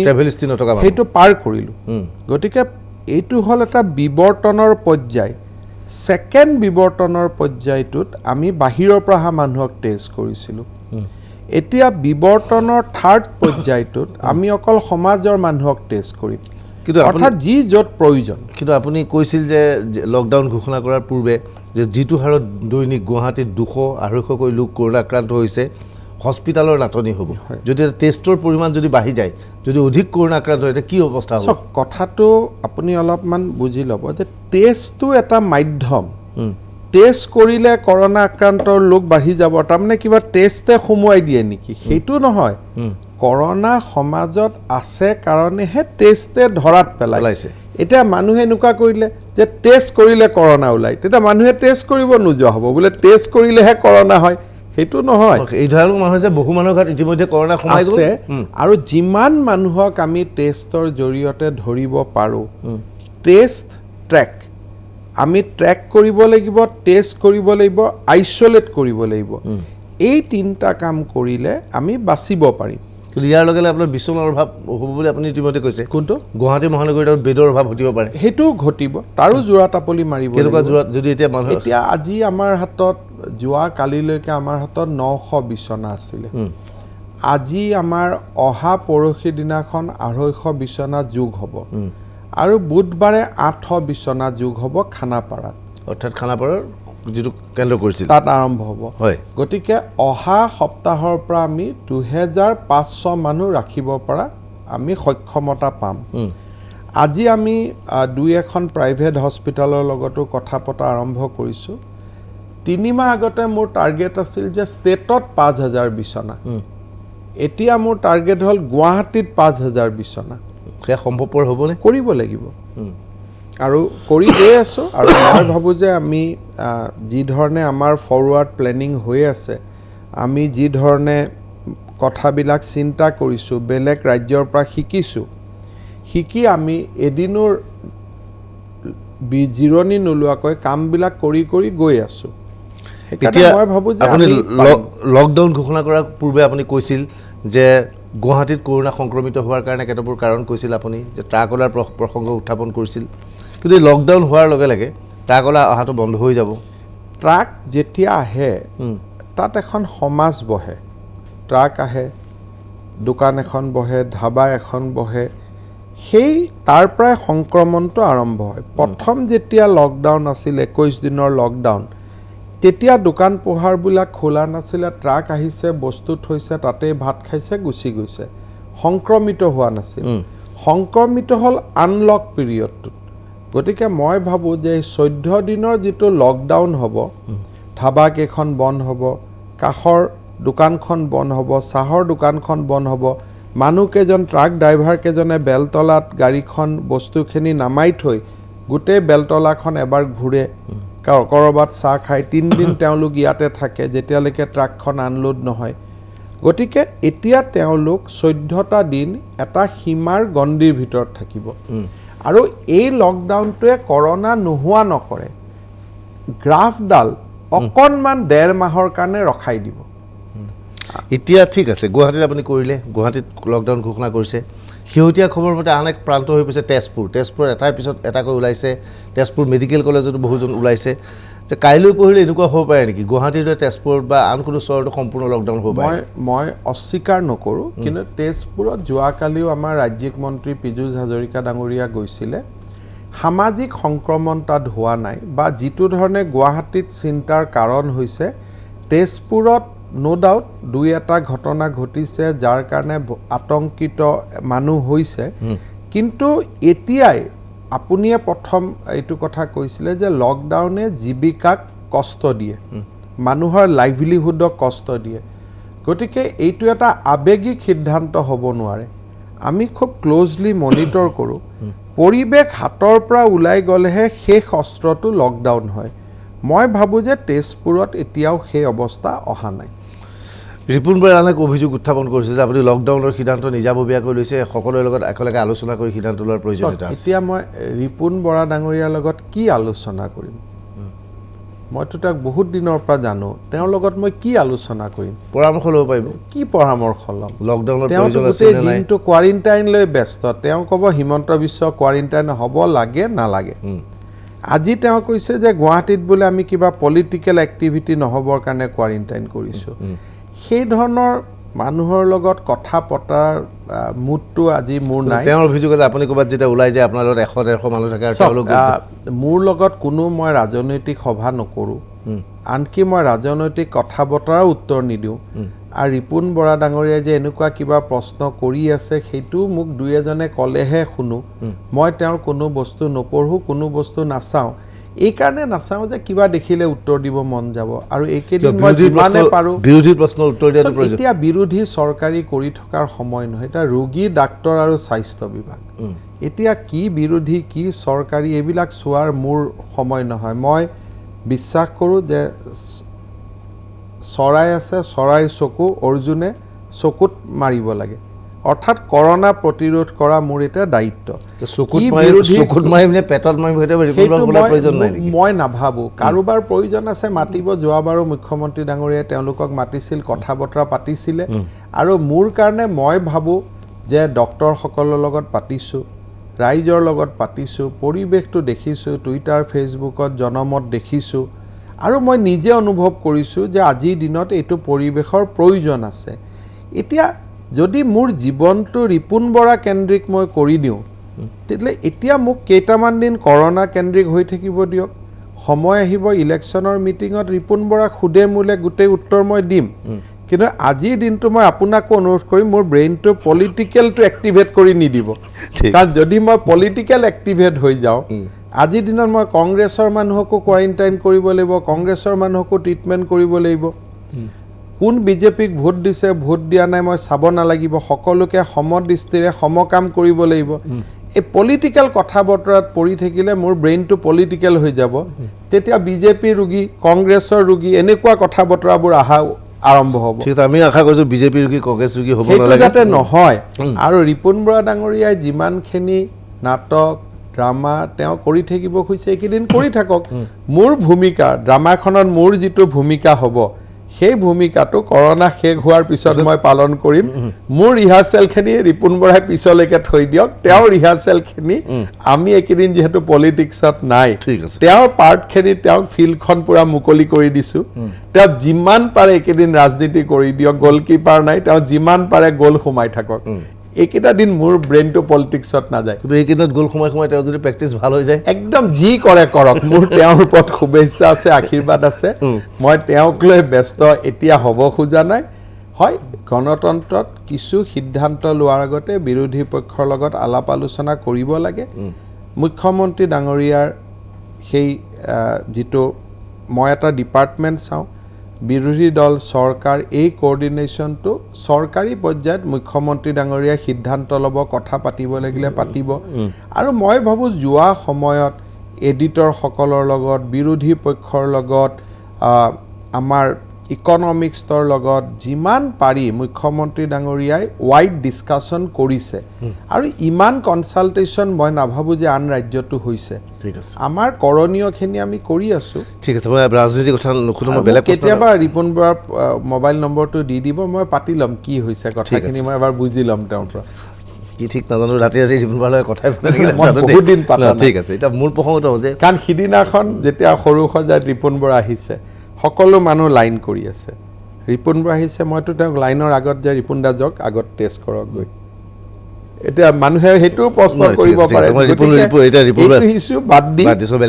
গুৱাহাটীত এতিয়া কালি আপুনি ক'লে গুৱাহাটীত 160 মান হ'ল আজিৰ তাৰিখত এতিয়ালৈকে আজি ৰিপৰ্টটো অহা নাই আজি হয়তো ভয়ানক কিবা এটা আহিব এই প্ৰক্ৰিয়াটো চলি থাকোঁতে এই লকডাউনৰ প্ৰক্ৰিয়াটো গুৱাহাটীত চলি থকাৰ সময়তো যদি এই হাৰ বেছি হয় তেনেহ'লে পৰৱৰ্তী পদক্ষেপ কি হ'ব 1 নম্বৰ 2 নম্বৰ আপুনি কৈছিল যে ৰেচনৰ দোকান বা সৰু সুৰা শাক পাচলিৰ দোকান আদি অহা সপ্তাহত খুলি দিয়াৰ সম্ভাৱনা আছে এই দুটা বিশেষকৈ মহানগৰীৰ লোকে জানিব বিচাৰিব চাওক এই সপ্তাহটো আমি অলপ টান লকডাউন কৰিম ৰবিবাৰে 12টা বজাৰ পৰা একেবাৰে অহা ৰবিবাৰ 12টালৈকে আমি গুৱাহাটীত লকডাউনটো খুব টান কৰিম আজিও বহুত মানুহে পাছ খুজি আহি আছে কোনো পাছ আন কোনো ব্যৱস্থা আমি নকৰোঁ কাৰোবাৰ যদি ফ্লাইট আছে ফ্লাইটৰ টিকট দেখালে হ'ব কোনোবা যদি পেচেণ্ট মেডিকেলত আছে মেডিকেলৰ ডকুমেণ্ট দেখুৱালে হৈ যাব কোভিড টেষ্টিঙত অহাক বাদ দি আন কোনো ধৰণে আমি ৰাইজ ওলাই অহাটো নিবিচাৰোঁ কাৰণ বাৰে বাৰে লকডাউন কৰি থাকিলে মানুহৰ জীৱিকাত বহুত ক্ষতি হয় এই লকডাউনটো আমি আশা কৰিছোঁ যে শেষ লকডাউন হওক সেইকাৰণে প্ৰথম 7 দিন আমি খুব টান লকডাউন কৰিম নহয় মই টান লকডাউন মই বুজাই দিছোঁ তাৰ পিছৰ 7 দিন আমি শাক পাচলিৰ দোকান কিছু যাৱতীয় দোকান এইখিনি খুলি পিছৰ 7 দিন আমি লকডাউন কৰিম লাভ এইটো হ'ব মই ভাবোঁ যে আজি আপুনি যিটো কথা ক'লে যে টেষ্ট কৰিলে বহুত পেচেণ্ট ওলাব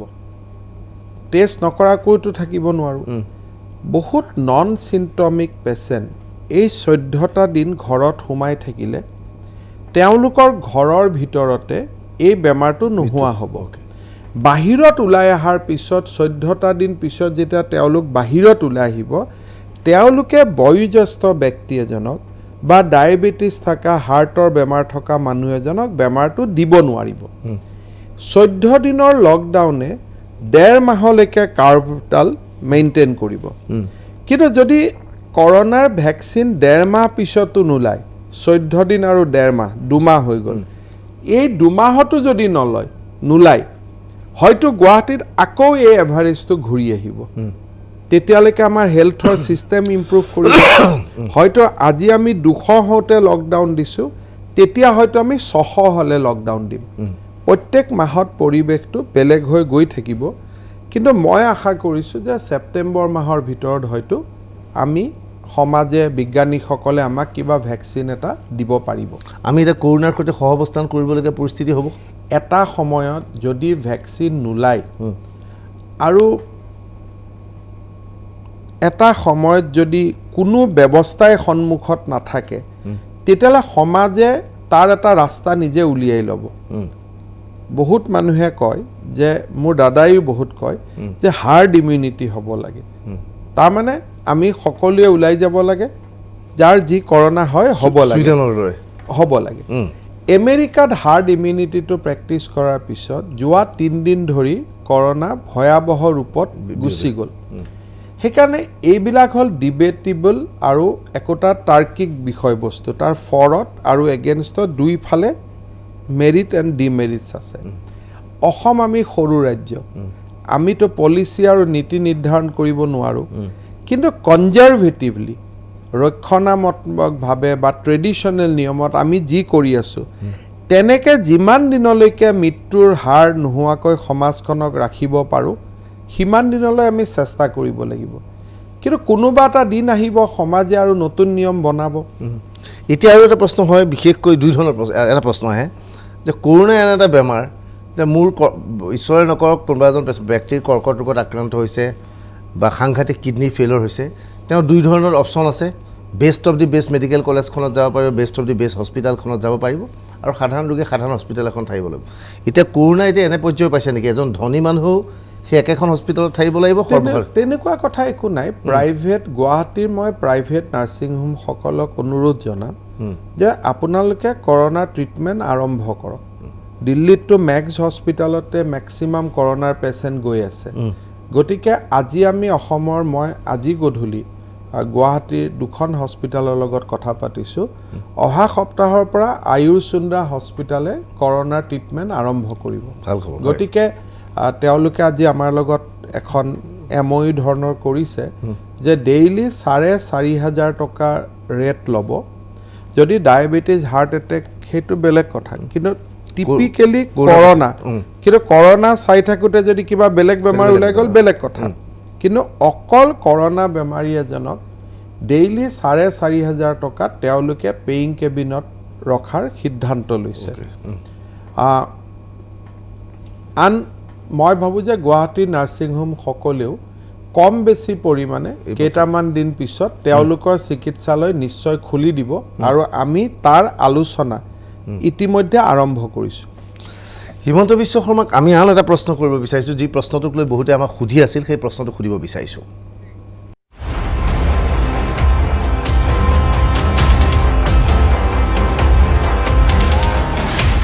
ICMRে অনুমোদন দিয়া কোভিডৰ ঔষধ ফেভিফ্লু অসমলৈ কেতিয়া আহিব ফ্লুৰ কথাতে বিৰাট আলোচনা চলি আছে আজি আমি অৰ্ডাৰ দিছোঁ ফেভিফ্লু আৰু ফেভিফ্লুতকৈ আটাইতকৈ ডাঙৰ এতিয়ালৈকে যিটো বেমাৰ ঔষধে এক্টিভলি এই বেমাৰটো খুব বেয়া বেমাৰীকো ভাল কৰি দিছে সেইটো হ'ল ৰামডি শিবিৰ আটাইতকৈ যেটো but it is very costly আজি আমি ক্লছ কিনো খুব বেছি হয় নেকি ইয়াতে এটা ডোজত মোক আজি আমাৰ প্ৰিন্সিপাল সেক্ৰেটাৰীয়ে কৈ আছিলে অলমোষ্ট 2500 এটা ডোজত আৰু এটা পেশেন্টক খুব সম্ভৱ 12টা 15টা আমি ডোজ দিব লাগিব ওকে গতিকে কিন্তু আজি আমি 1000 ৰোগীক চিকিৎসা কৰিব সেইকেইটা যেটা মানে ক্ৰিটিক্যালি যিকোনো ৰোগীক প্ৰয়োজন নাই 1000 ৰোগীক ট্ৰিটমেণ্ট কৰিব পৰাকৈ ফেভিপ্লু আৰু ৰামডি শিবিৰ দুইটা আমি ঔষধ আনিব দিছোঁ আৰু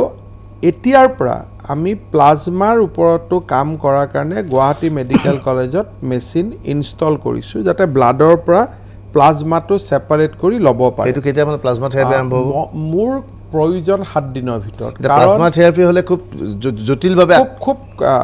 আজি যেনেকৈ দিল্লীৰ স্বাস্থ্য মন্ত্ৰী সত্যেন্দ্ৰ জৈন তেওঁৰ স্বাস্থ্য একেবাৰে পৰি গৈছিলে প্লাজমা লোৱাৰ লগে লগে তেওঁ ইম্প্ৰুভ কৰিলে কিছু প্লাজমা দিয়াৰ পেচেণ্ট এতিয়া আমাৰ পৰা আহিব আৰম্ভ কৰিব মই অকণমান ৰাইজে ভয় খাব নালাগে কিন্তু কেইটামান কথা মই ক'ব খুজিছোঁ এতিয়ালৈকে আমি যে 10-12টা মৰ্টেলিটি ৰেট লৈ আছোঁ আজি আমাৰ ডিসি কামৰূপ মেট্ৰৰ লগত মোৰ এখন সভা হৈছিলে তাতে মই এটাই কথা ক'লোঁ যে থাৰ্ড ফেজত ট্ৰিটমেণ্টৰ চিন্তা কৰক ফোৰ্থ ফেজত আপোনালোকে শ্মশান আদিৰ ব্যৱস্থা ৰাখিব কিয় এই যে আমি যিসকলক কোৱাৰেণ্টাইন কৰিলোঁ আমি টেষ্ট কৰা দিনাখন হয়তো তেওঁলোকৰ বেমাৰ লক্ষণ নাছিলে কিন্তু 3-4 দিন পিছতো মই এটা সৰু আপোনাক উদাহৰণ দিছোঁ যাৰ কোনো মোৰ হাতত প্ৰতিকাৰ নাই এজন ল'ৰা চেন্নাইৰ পৰা আহি আছে চেন্নাইত বেমাৰটো লৈ আহিছে তেওঁক আমি ইয়াত ট্ৰিটমেণ্ট টেষ্ট কৰিছোঁ আইছলেট কৰিছোঁ এই ল'ৰাজনে যদি ঠিক গুৱাহাটী ৰেলৱে ষ্টেচনত নমাৰ আগতে কাৰোবাৰ গাত কাহ এটা মাৰি দিলে তেওঁ আহিলে গুৱাহাটীত আমি ৰাতিপুৱা তেওঁক টেষ্ট কৰিলোঁ তেওঁকতো আমি বেমাৰটো দেখা নাপাওঁ কাৰণ তেওঁৰ গাত বেমাৰটো আহিব 2 দিন পিছত আমিতো এই যিজন নতুন বেমাৰী যিজনক আমি ধৰাত পেলাব নোৱাৰিলোঁ তেওঁ কাহৰ পৰা জালৈ ৰাখি তেওঁৰ কাহৰ পৰা গ'ল কাৰণ কাহটো মাৰিছিল মাত্ৰ 2 ঘণ্টা আগত বা সৰু সজাইত লাইন কৰি আছোঁ সোৱাব দিবৰ কাৰণে আগৰজনৰ আছে পিছৰজনৰ নাই কোনোবা পাকত কাহ এটা মাৰোতে থুই চিটিকনি এটা মোৰ গাত পৰিলে সোৱাব ললোঁ সেই সময়তো মোৰ বেমাৰটো দেখা নাপাব প্ৰথম নাকত যাব নাকৰ পৰা ডিঙিত মাল্টিপ্লিকেশ্যন কৰিব আৰু সাবষ্টেন্সিয়েল মাল্টিপ্লিকেশ্যন হোৱাৰ পিছতহে মই চেম্পল চালে ধৰাত পেলাব পাৰিম তাৰমানে 3 দিন লাগে ল'ৰাজনকতো আমি গম নাপালোঁ 5 দিন পিছত টেষ্ট ৰিপৰ্ট আহিলে আমি ৰিপৰ্ট দিলোঁ ল'ৰাজন ঘূৰি গ'ল এনেকুৱা ধৰণৰ ঘটনাবিলাকৰ পৰাই সামাজিক সংক্ৰমণ আৰম্ভ হয় আমি যেতিয়া ল'ৰাজনক ঘৰত পঠাই দিওঁ আমি বুজাই দিওঁ যে তোমাক টেষ্টত 100% আমি পালো নাপালো নাজানো তুমি গৈ গাঁৱত হোম কোৱাৰেণ্টাইন হ'বা যিবিলাক গাঁৱে স্কুল কলেজ পাতি সেকেন্ডাৰী কোৱাৰেণ্টাইন আমি 7 দিন ৰাখিলোঁ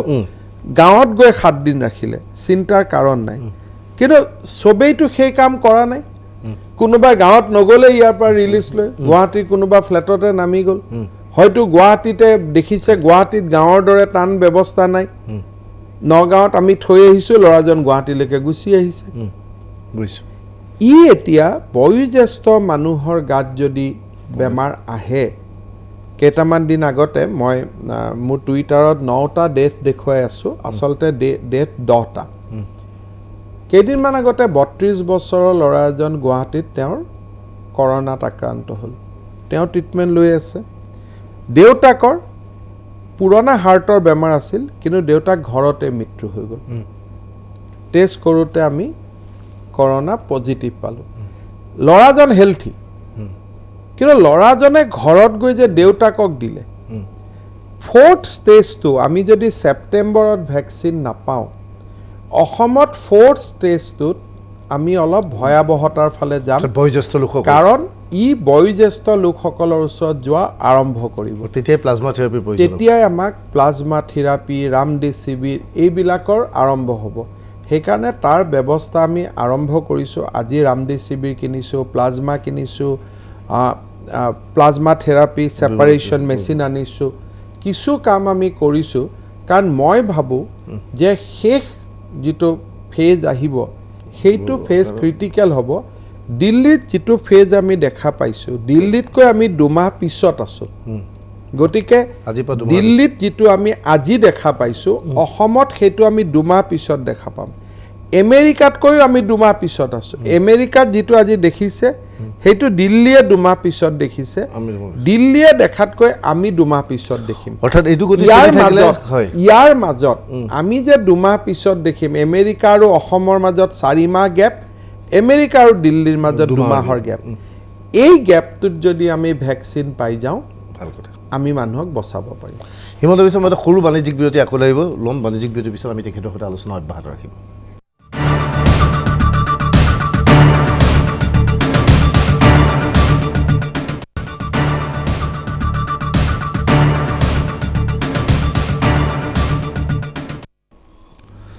ষ্টুডিঅ'ত আজি আমাৰ লগত আছে ৰাজ্যৰ স্বাস্থ্যমন্ত্ৰী হিমন্ত বিশ্ব শৰ্মা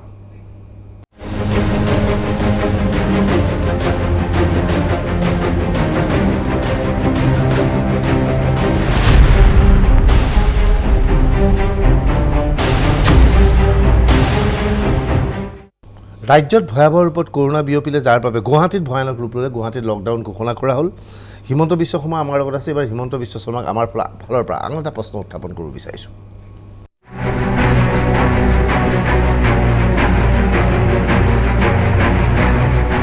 বহিৰাজ্যৰ লোক অসমলৈ অহাৰ বাবেই কৰোনা সংক্ৰমিত হ'ল নেকি অসমত কৰোনাৰ আক্ৰান্তৰ সংখ্যা কম আছিল আৰম্ভতে জামাতিৰ কিছু আছিল বহিৰাজ্যৰ পৰা লোকসকল অহাৰ লগে লগে গোটেইখন সংক্ৰমিত হৈ গ'ল এই প্ৰক্ৰিয়াটোক আপুনি কি ধৰণে ধাৰণা কৰে চাওক এইটো এটা অৱধাৰিত আছিলে যে অসমত যদি ট্ৰেইন আৰু ৰেল বা ফ্লাইট বা গাড়ী মটৰ নুখুলিলেহেঁতেন তেতিয়াহ'লে অসমত স্বাভাৱিকতে ক'ভিড নাহিলহেঁতেন কিন্তু বহিৰাজ্যৰ পৰা অহা বুলি কোৱাৰ লগে লগে শব্দটো আমি কাৰেক্ট কৰি ক'ব লাগিব যে অসমীয়া লোকসকলহে ঘূৰি আহিছে এওঁলোক বহিৰাজ্যৰ লোক নহয় বহিৰাজ্যৰ পৰা উভতি অহা অসমীয়া লোক হয় এতিয়া ঘৰৰ ল'ৰা ঘৰত অহাততো আপুনি কাকো বাধা দিব নোৱাৰে ঠিক কিন্তু এই প্ৰক্ৰিয়াটো ভুল আছিল নেকি যে লকডাউন হঠাৎ ঘোষণা কৰিলে তাৰ আগতে মানুহখিনি যদি অনাৰ ব্যৱস্থা কৰিলোহেঁতেন আপোনাৰ তাৰ আগতে মানুহ আহিব বুলিতো কোনো কথা নাছিলে এইটোতো এটা মানুহৰ ফাণ্ডামেণ্টেল ৰাইটছ হয় যে মই মোৰ দেশৰ ভিতৰত যেতিয়া ইচ্ছা তেতিয়াই মই ঘূৰি ফুৰিব পাৰোঁ লকডাউনটো কাৰ্যটো চলি থকা লকডাউনৰ সময়ত আপুনি বাধা দিব পাৰে বাট ওৱান্স লকডাউন ইজ উইথড্ৰন লকডাউন উইথড্ৰনৰ পূৰ্বেই উইথড্ৰনৰ পূৰ্বে আপুনি মানুহ আনিলেহেঁতেন কেনেকৈ লকডাউন দিবলগীয়া হৈছিল এটা পৰ্যায়ত আজিও আমি লকডাউন দিছোঁ গুৱাহাটীত যে অহা পৰহিৰ পৰা লকডাউন যদি এই মুহূৰ্তত আমি কওঁ যে গুৱাহাটীত লকডাউন দিয়াৰ আগতে গুৱাহাটীলৈকে আহিব খোজা মানুহখিনিক লৈ আহোঁ সেইটো ব্যৱহাৰিক দিশত সম্ভৱ নহয় কাৰণ আজি 5 মে'ৰ পৰা লাগোতে অসমত এতিয়াহে মানুহ অহা সংখ্যা কমিছে শেষ নকওঁ কমিছে আজি ৰাতিপুৱা মোক বাংগালোৰৰ পৰা ফোন কৰিছে দাদা আমি 35 জন আছোঁ আমাক কেতিয়া আনিব তাৰমানে কাৰ্যত মোৰ দৃষ্টিত আৰু 1 লাখ মানুহ আহিব আছেই ইউপি আদিত আপোনালোকে চিন্তা কৰক যে আৰু এটা মাহ আনি থাকিলেহে হয়তো মানুহ অহা চেজ হ'ব এতিয়া এইটো হ'ল যে কিছুমান বস্তু চৰকাৰৰ হাতত বিকল্প নোহোৱা হৈ যায় দেউতাক মাকে ইয়াত কৈ আছে যে মোৰ ল'ৰাক ঘৰত উভতাই আনক তেওঁলোকো আমাৰ ভোটাৰ তেওঁলোকো এই দেশৰ নাগৰিক তেওঁলোকক আমি নিজৰ ল'ৰা ছোৱালীৰ পৰা বেলেগ কৰি কিমান দিন ৰাখিব পাৰোঁ আজি কিৰগিস্তানত মোক আজি ৰাতিপুৱাৰ পৰা মেছেজ দি আছে একাংশ ল'ৰা অসমৰ ল'ৰা তাত মেডিকেল পঢ়ে তাতে ভয়ানকভাৱে ক'ভিড বাঢ়িছে হোষ্টেল বন্ধ কৰি দিছে এতিয়া মোক আজি কৈ আছে যে আমাক লৈ আহক এতিয়া তেওঁলোকৰ প্ৰতিও আমাৰ দায়িত্ব আছে তেওঁলোকো অসমৰে ল'ৰা ছোৱালী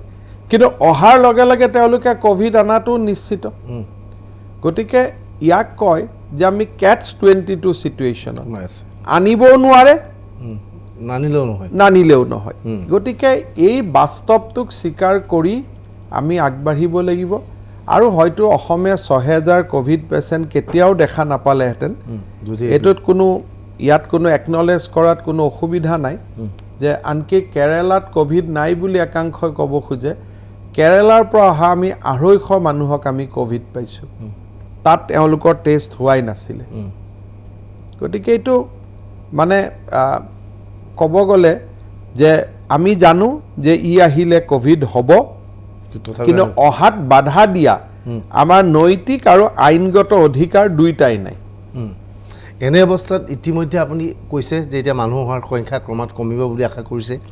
কিন্তু ইয়াৰ লগে লগে আনটা আপোনালোকে নিশ্চয় ভয় খাইছে যে যিখিনি মানুহ ইতিমধ্যে আহিলে সেইখিনি মানুহৰ বাবে গুৱাহাটী বা অন্যান্য চহৰত সংক্ৰমিত হৈছে সেই প্ৰক্ৰিয়াত আপুনি ৰুধিব পাৰিম বুলি কিমান গ্যাৰাণ্টি আছে আজিৰ দিনত গুৱাহাটীত সংক্ৰমণটো দ্ৰুতগতিত বাঢ়িছে কালি সংক্ৰমিত লোকৰ সংখ্যা আছিল 203 মই ভাবোঁ যে গুৱাহাটীত যদি 14টা দিন লকডাউন সম্পূৰ্ণভাৱে আমি পালন কৰোঁ সংখ্যাটো হয়তো নাবাঢ়িব এইখিনিতে আপুনি আৰু এটা আপোনাৰ মনত বেয়া লগা নাই আজিৰ দিনটো আমি বেয়া লাগিছে যে বস্তুৰ সাংঘাতিক ধৰণৰ দাম বাঢ়িছে আমি এতিয়া এসপ্তাহ 15 দিনৰ কিনিবলগীয়া হৈছে ৰিক্সাৱালা ঠেলাৱালা সাধাৰণ শ্ৰেণীৰ লোকৰ আপুনি মই আগতে কৈছোঁ যে জীৱন আৰু জীৱিকা জীয়াই থাকিলে কেতিয়াবাতো জীৱিকা অৰ্জন কৰি ল'ম কিন্তু যদি জীয়াই নাথাকোঁ জীৱিকা ক'ৰ পৰা পাম শাক পাচলিত আজি 20 টকা 30 টকা দাম কমি বেছিকৈ লৈছে কোনে লৈছে আমাৰে অসমীয়া বা আমাৰে অসমৰ কিছু মানুহে বাহিৰৰ পৰাতো মানুহে এইটো কাম কৰা নাই আমিয়ে আমাক শোষণ কৰিছোঁ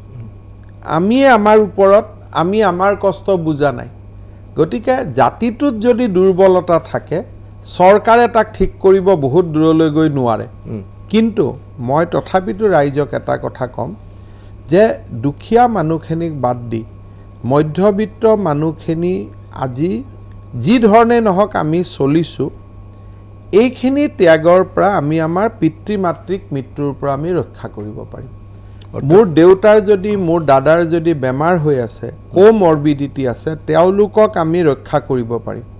হস্পিটালত গ'লেতো আমি বহুত খৰচ কৰিব লাগিব 3 লাখ 4 লাখ টকা খৰচ কৰিব লাগিব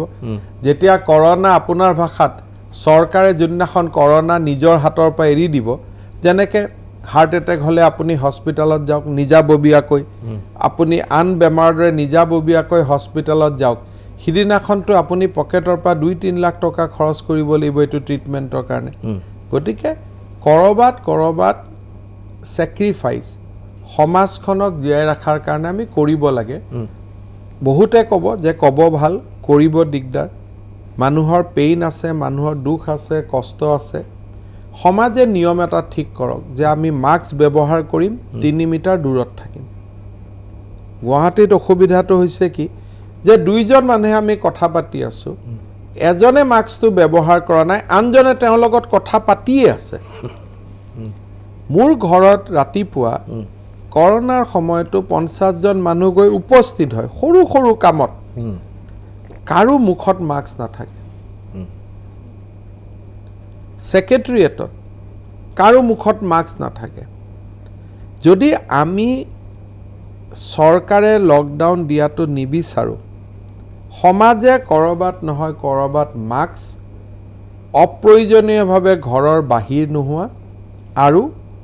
2-3 মিটাৰ দূৰত থাকি কথা পতাটো শিকিব লাগিব এই মেছেজখিনি সৰ্বসাধাৰণক দিয়াত চৰকাৰ সদায়তো মোবাইলটো খুলিলে এইটোৱে কয় আপুনি যিকোনো অশান্তি লাগি যায় এটা কথা শুনি যে মোবাইলটো বন্ধ কৰি আজিকালি ফোনেই নকৰা হ'ল এইটো ইয়াতকৈ আৰু মেছেজিং কোড হ'ব পাৰে আপুনি মোবাইলটো খুলিলে প্ৰথম শব্দটো সেইটো পায় কেতিয়াবা খং উঠি বন্ধ কৰি থোৱা যায় গতিকে মই ভাবোঁ যে ৰাইজ অকণমান বহুত ক্ষেত্ৰত মই প্ৰথম কেইদিন মানিছিলে শেষৰ ফালে আপুনি কোৱাৰ দৰে হয়তো কোনোবাই উলিয়াই দিলে এই কৰোনাটো মানুহ নমৰে এনেকুৱা 2-এজন থাকে আপুনি বহুত ব্যক্তিৰ নাম ক'লে তেওঁলোকৰ পাণ্ডিত্যালী বক্তব্যৰ কাৰণে মানুহে হয়তো এইবিলাক ব্যৱহাৰ কৰাটো বাদ দিলে কাৰণ মানুহক ইনফ্লুৱেঞ্চ হয় আজি আপুনিয়ে যেতিয়া প্ৰথম মোক ইণ্টাৰভিউটো লোৱা আৰম্ভ কৰিলে তেতিয়া ময়ে ভয় খাই গ'লোঁ যে আজিতো অতনুদাই যিটো কাম কৰিলে আজিৰ পৰাতো আৰু মাস্ক বহুতেই নিপিন্ধা হ'ব মই সেইটো কোৱা নাই নহয় প্ৰথমতে মোৰ মনত ভয় লাগি গ'ল মই এনেকুৱা আপুনিতো ৰাইজৰ কথাহে মোক প্ৰশ্ন কৰিছে আপোনাৰ নহয় কিন্তু আপুনি যাৰ কথা কৈছে তেওঁলোকেতো অকল আপোনাক থোৱা নাই তেওঁলোকেতো যাকে লগ পায় তাকে কৈ আছে যে এইটো বেমাৰে নহয়, এইটো একোৱেই নহয়। নিশ্চয় এই ধৰণৰ মানুহে প্ৰভাৱিত কৰাৰ ফলত মাস্ক ব্যৱহাৰ নকৰে, মানুহে ওচৰত লৈ যায়। মই মোৰ ডিপাৰ্টমেণ্টত দেখোঁ যে ফাইলটো টেবুলত আগবঢ়াই দিলেও হয়, কিন্তু ফাইলটো লৈ আহি আকৌ দুটা শব্দ ফুচফুচাই ক'বও খোজে। মই কওঁ যে ভাই আমাৰ মাজত কি গোপনীয় কথা আছে, আপুনি কিয় চিক্ৰেট কৰি ক'ব লাগে? ফাইলতটো লিখিয়ে দিছে, RT মাৰিলেতো আজিকালি চবেই ফাইলটো পায়ে যায়, চৰকাৰতো আজিকালি কোনো গোপনীয়তা নাই, আমি কিয় ডাইৰেক্ট কথা পাতি ল'ব নোৱাৰোঁ অলপ দূৰত বহি পেলাই? এই ধৰণৰ চিন্তা চৰ্চা যদি আমি আনিব পাৰোঁ তেতিয়াহ'লে গুৱাহাটীত লকডাউন নালাগে। মই ভাবোঁ যে এই লকডাউনত যিখিনি আমি কষ্ট পাম সেই কষ্টখিনিৰ ফল এইটো হওক যে লকডাউন খুলিলে আমি মাস্ক পিন্ধিম, লকডাউন খুলিলে আমি 2 মিটাৰ দূৰত থাকিম, লকডাউন খুলিলে আমি যিমান পাৰোঁ হাতখন পৰিষ্কাৰ কৰি ৰাখিম। হিমন্ত বিশ্ব শৰ্মাক আৰু এটা আমি প্ৰশ্ন কৰিব বিচাৰিছোঁ, যিটো প্ৰশ্ন ইতিমধ্যে যথেষ্ট প্ৰাসংগিক বুলি আমি ধাৰণা কৰিছোঁ, বিভিন্নজনৰ বক্তব্যৰ ভিত্তিত আমি এই প্ৰশ্ন সন্মুখলৈ আনিছোঁ।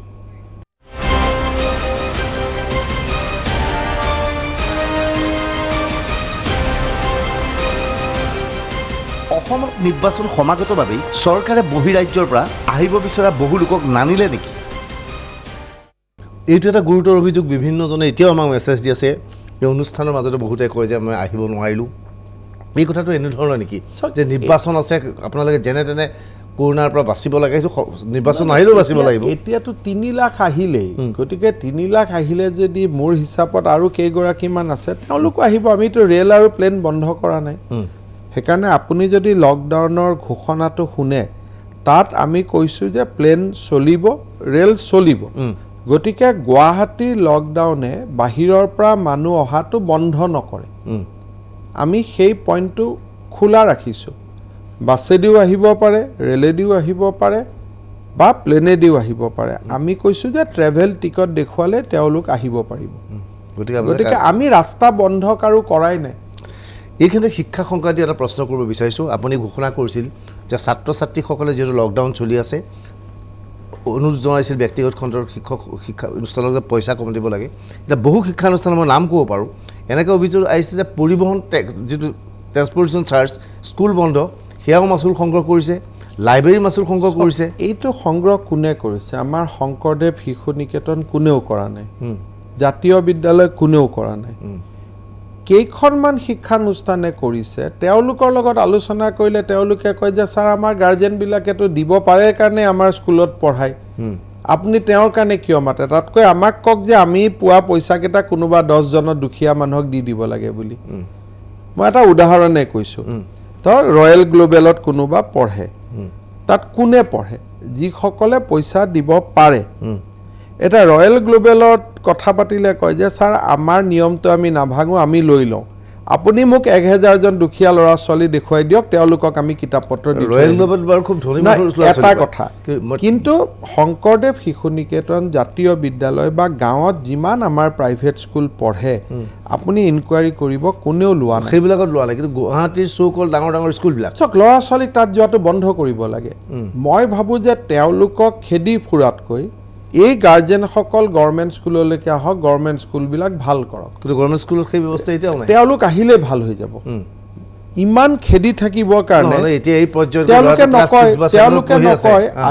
আজি কৰে কি, তেওঁলোকৰ পিছত যেতিয়া আপুনি লাগিব যায় তেওঁলোকে তেওঁলোকৰ শিক্ষক কেইজনৰ দৰমহাটো বন্ধ কৰি দিয়ে। আকৌ তেওঁলোকৰ টুইট আৰম্ভ হৈ যায় যে ছাৰ আমাক দৰমহা দিয়া নাই। আমি ফিজ কমিটি এখন গভৰ্ণমেণ্টে নটিফাই কৰিছে, এতিয়া আমি কমপ্লেইন ল'ম আৰু আমি কমপ্লেইনবিলাক চাম। কিন্তু মই ভাবোঁ যে এই ব্যক্তিগত শিক্ষানুষ্ঠানৰ প্ৰহেলিকাটো ভাঙিব লাগে। কাৰণ আজি আপুনি চাওক, প্ৰাইভেট নাৰ্ছিং হোমবিলাকতো আছিলে, কৰোণাৰ সময়ত দুখৰ সময়ততো কোনো প্ৰাইভেট হস্পিটেলটো ওলাই নাহিলে, গভৰ্ণমেণ্টে লোডটো ল'বলগীয়া হ'ল। চৰকাৰী ডাক্তৰবিলাকক মানুহে গালি পাৰি আছিলে, কিন্তু বিপদৰ সময়ততো আজি চৰকাৰী ডাক্তৰবিলাকে চাবলগীয়া হ'ল। মই ভাবোঁ যে আমি ব্যক্তিগত শিক্ষানুষ্ঠানো যাওঁ, কিন্তু এনেকুৱা ব্যক্তিগত শিক্ষানুষ্ঠানত যাওঁ য'ত মালিক নাথাকে। ক'ত পোৱা যাব? এখন আছে, আজি মই ক'লো না আমি বনাব লাগে। আপুনি মই সমাজে কিয় সংস্কাৰ কৰিব নোৱাৰে? বিভাগ এটা আছে, এনেকৈ নিয়ন্ত্ৰণহীন খুলি দিব। এখন তামোল পালৰ দোকান আছে, তেওঁলোকে খুলিব। মই আপোনাক দুটা কথা ক্লিয়াৰ কৰি কওঁ যে মই যেতিয়াই মই প্ৰাইভেট স্কুলবিলাকৰ পিছত কম যে আপোনালোকে এইটো নল'ব প্ৰথম কেজুৱেলিটি কোন হ'ব তেওঁলোকে তেওঁলোকৰ শিক্ষক আৰু কৰ্মচাৰীখিনিৰ দৰমহাটো 50% কাটি দিব সেই নিবনুৱা যুৱক যুৱতীখিনিৰ কণ্ডনটো আকৌ আপোনাৰ ওচৰতে আহিব গতিকে এইবিলাক হৈছে ভিচিয়াছ চাৰ্কেল সেই চাৰ্কেল দিব নোৱাৰি এই চাৰ্কেলবিলাক কৰোনা গ'লে মই কৰিব পাৰিম কিন্তু আজি কৰোনাৰ সময়ত ইয়াতে আপুনি যেতিয়া এটেনশ্যন দিব যাব তেতিয়া তেওঁলোকে শিক্ষকসকলৰ দৰমহা বন্ধ কৰিব ঠিক আছে শিক্ষকসকলে আমাক খবৰটো নিদিব বহুত দিনৰ পিছত তেওঁলোকে মাত মাতিলে মালিকে তেওঁলোকৰ চাকৰি বন্ধ কৰিব গতিকে মই ভাবোঁ যে বেয়া মালিক থকা স্কুলৰ পৰা ল'ৰা ছোৱালীবোৰ ওলাই আহিব লাগে সেয়া বাৰু পিছত মই পাতিম এই বিষয়ে এতিয়া আজি নাপাতো দ্বিতীয়তে আৰু এটা প্ৰশ্ন হ'লে বাৰে বাৰে আহি আছে জিম কেতিয়া খোলা হ'ব এইটো সাংঘাতিক অভিযোগ আহিছে ভাৰত চৰকাৰে জিম বন্ধ কৰি থৈছে আৰু এতিয়ালৈকে জিম আৰু এক প্ৰকাৰ ক'ব গ'লে বাৰ জিম বাৰ আৰু ছুইমিং পুল এই তিনিটা খুলি দিয়া নাই আমি চাই লওঁ যদি খুলি নিদিয়ে এই জিমৰ মালিকসকলক ক'ৰবাত নহয় ক'ৰবাত অলপ হ'লেও চৰকাৰে সহায় কৰিব লাগিব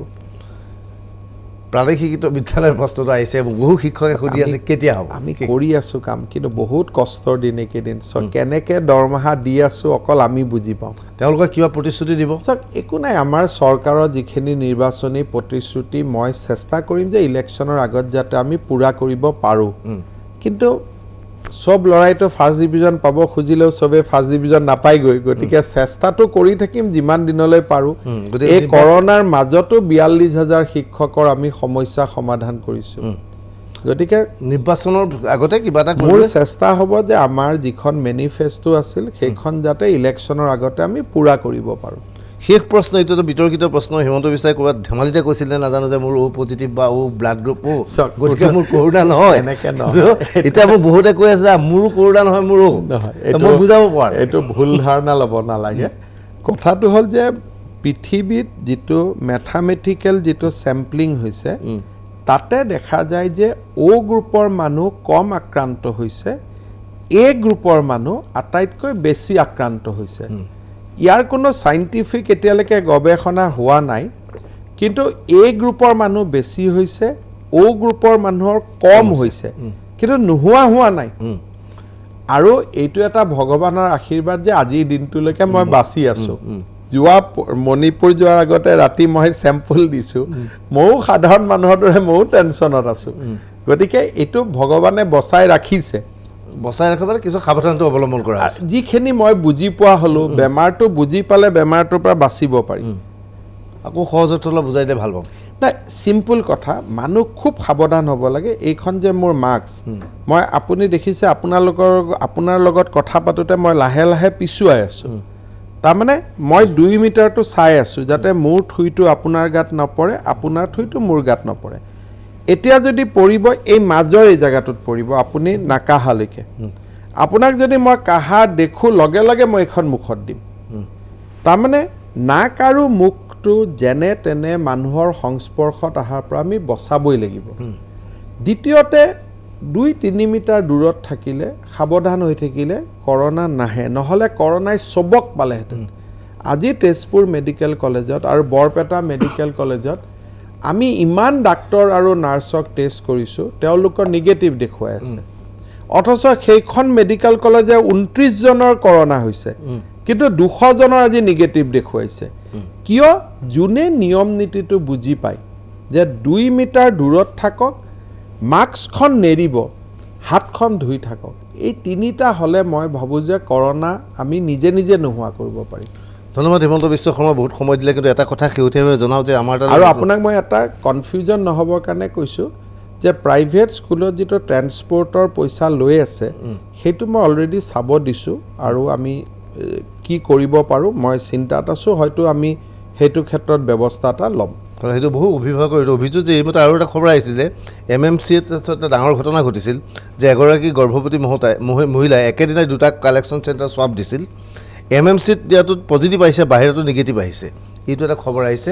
এই ধৰণৰ 3,57,000-58,000 টেষ্টত মানৱীয় ভুল থাকিবই আৰু কোনোবাই যদি বিচাৰে যে একদম পাৰফেক্ট থাকিব হয়তো আপোনাৰ নামটো টাইপ কৰোঁতে কাৰোবাৰ নাম টাইপ হৈ গৈছে আজি 4 মাহ মানুহ শুব পৰা নাই মই যিসকলে এই ধৰণৰ অভিযোগ দিয়ে তেওঁলোকক মই বহুত নমস্কাৰ কৰোঁ যে ইমান মানুহৰ ডক্টৰ নাৰ্ছসকলৰ কষ্ট দেখাৰ পিছতো 4 মাহ মানুহবিলাকে আপোনালোকৰ কাৰণে ইমান কাম কৰি থকাৰ পিছতো এনেকুৱা ধৰণৰ যে অভিযোগ দিয়াৰ কাৰণে আপোনালোকৰ উদ্যম এতিয়াও আছে তাৰ কাৰণে আপোনালোকক মই নমস্কাৰ জনাওঁ যে এনেকুৱা উদ্যমী মানুহ আমাক লাগে মই বিষয়ে বিতং নাজানো কিন্তু হিমন্ত বিশ্ব শৰ্মা বহুত ধন্যবাদ এই আছিল হিমন্ত বিশ্ব শৰ্মাৰ সৈতে আমাৰ লাইভ অনুষ্ঠান আমি আশা কৰিছোঁ বহু কথা তেওঁৰ মুখৰ পৰা কৰিলোঁ যিখিনি কথা আপোনালোকে গম পালে কিন্তু এটা কথা কওঁ যে অ' পজিটিভৰ বা অ' গ্ৰুপৰ মানুহৰ কৰোণা নহয় বুলি ধাৰণাটো ভুল হোৱাৰ সম্ভাৱনা কম হ'ব পাৰে যদি নহ'লে ভবাহেঁতেন মই নিজে ভাল পালোহেঁতেন কিন্তু মোৰ নিজৰ তেজৰ গ্ৰুপ ধন্যবাদ জনাইছোঁ অনুষ্ঠানৰ পৰা বিদায় লৈছোঁ শুভৰাত্ৰি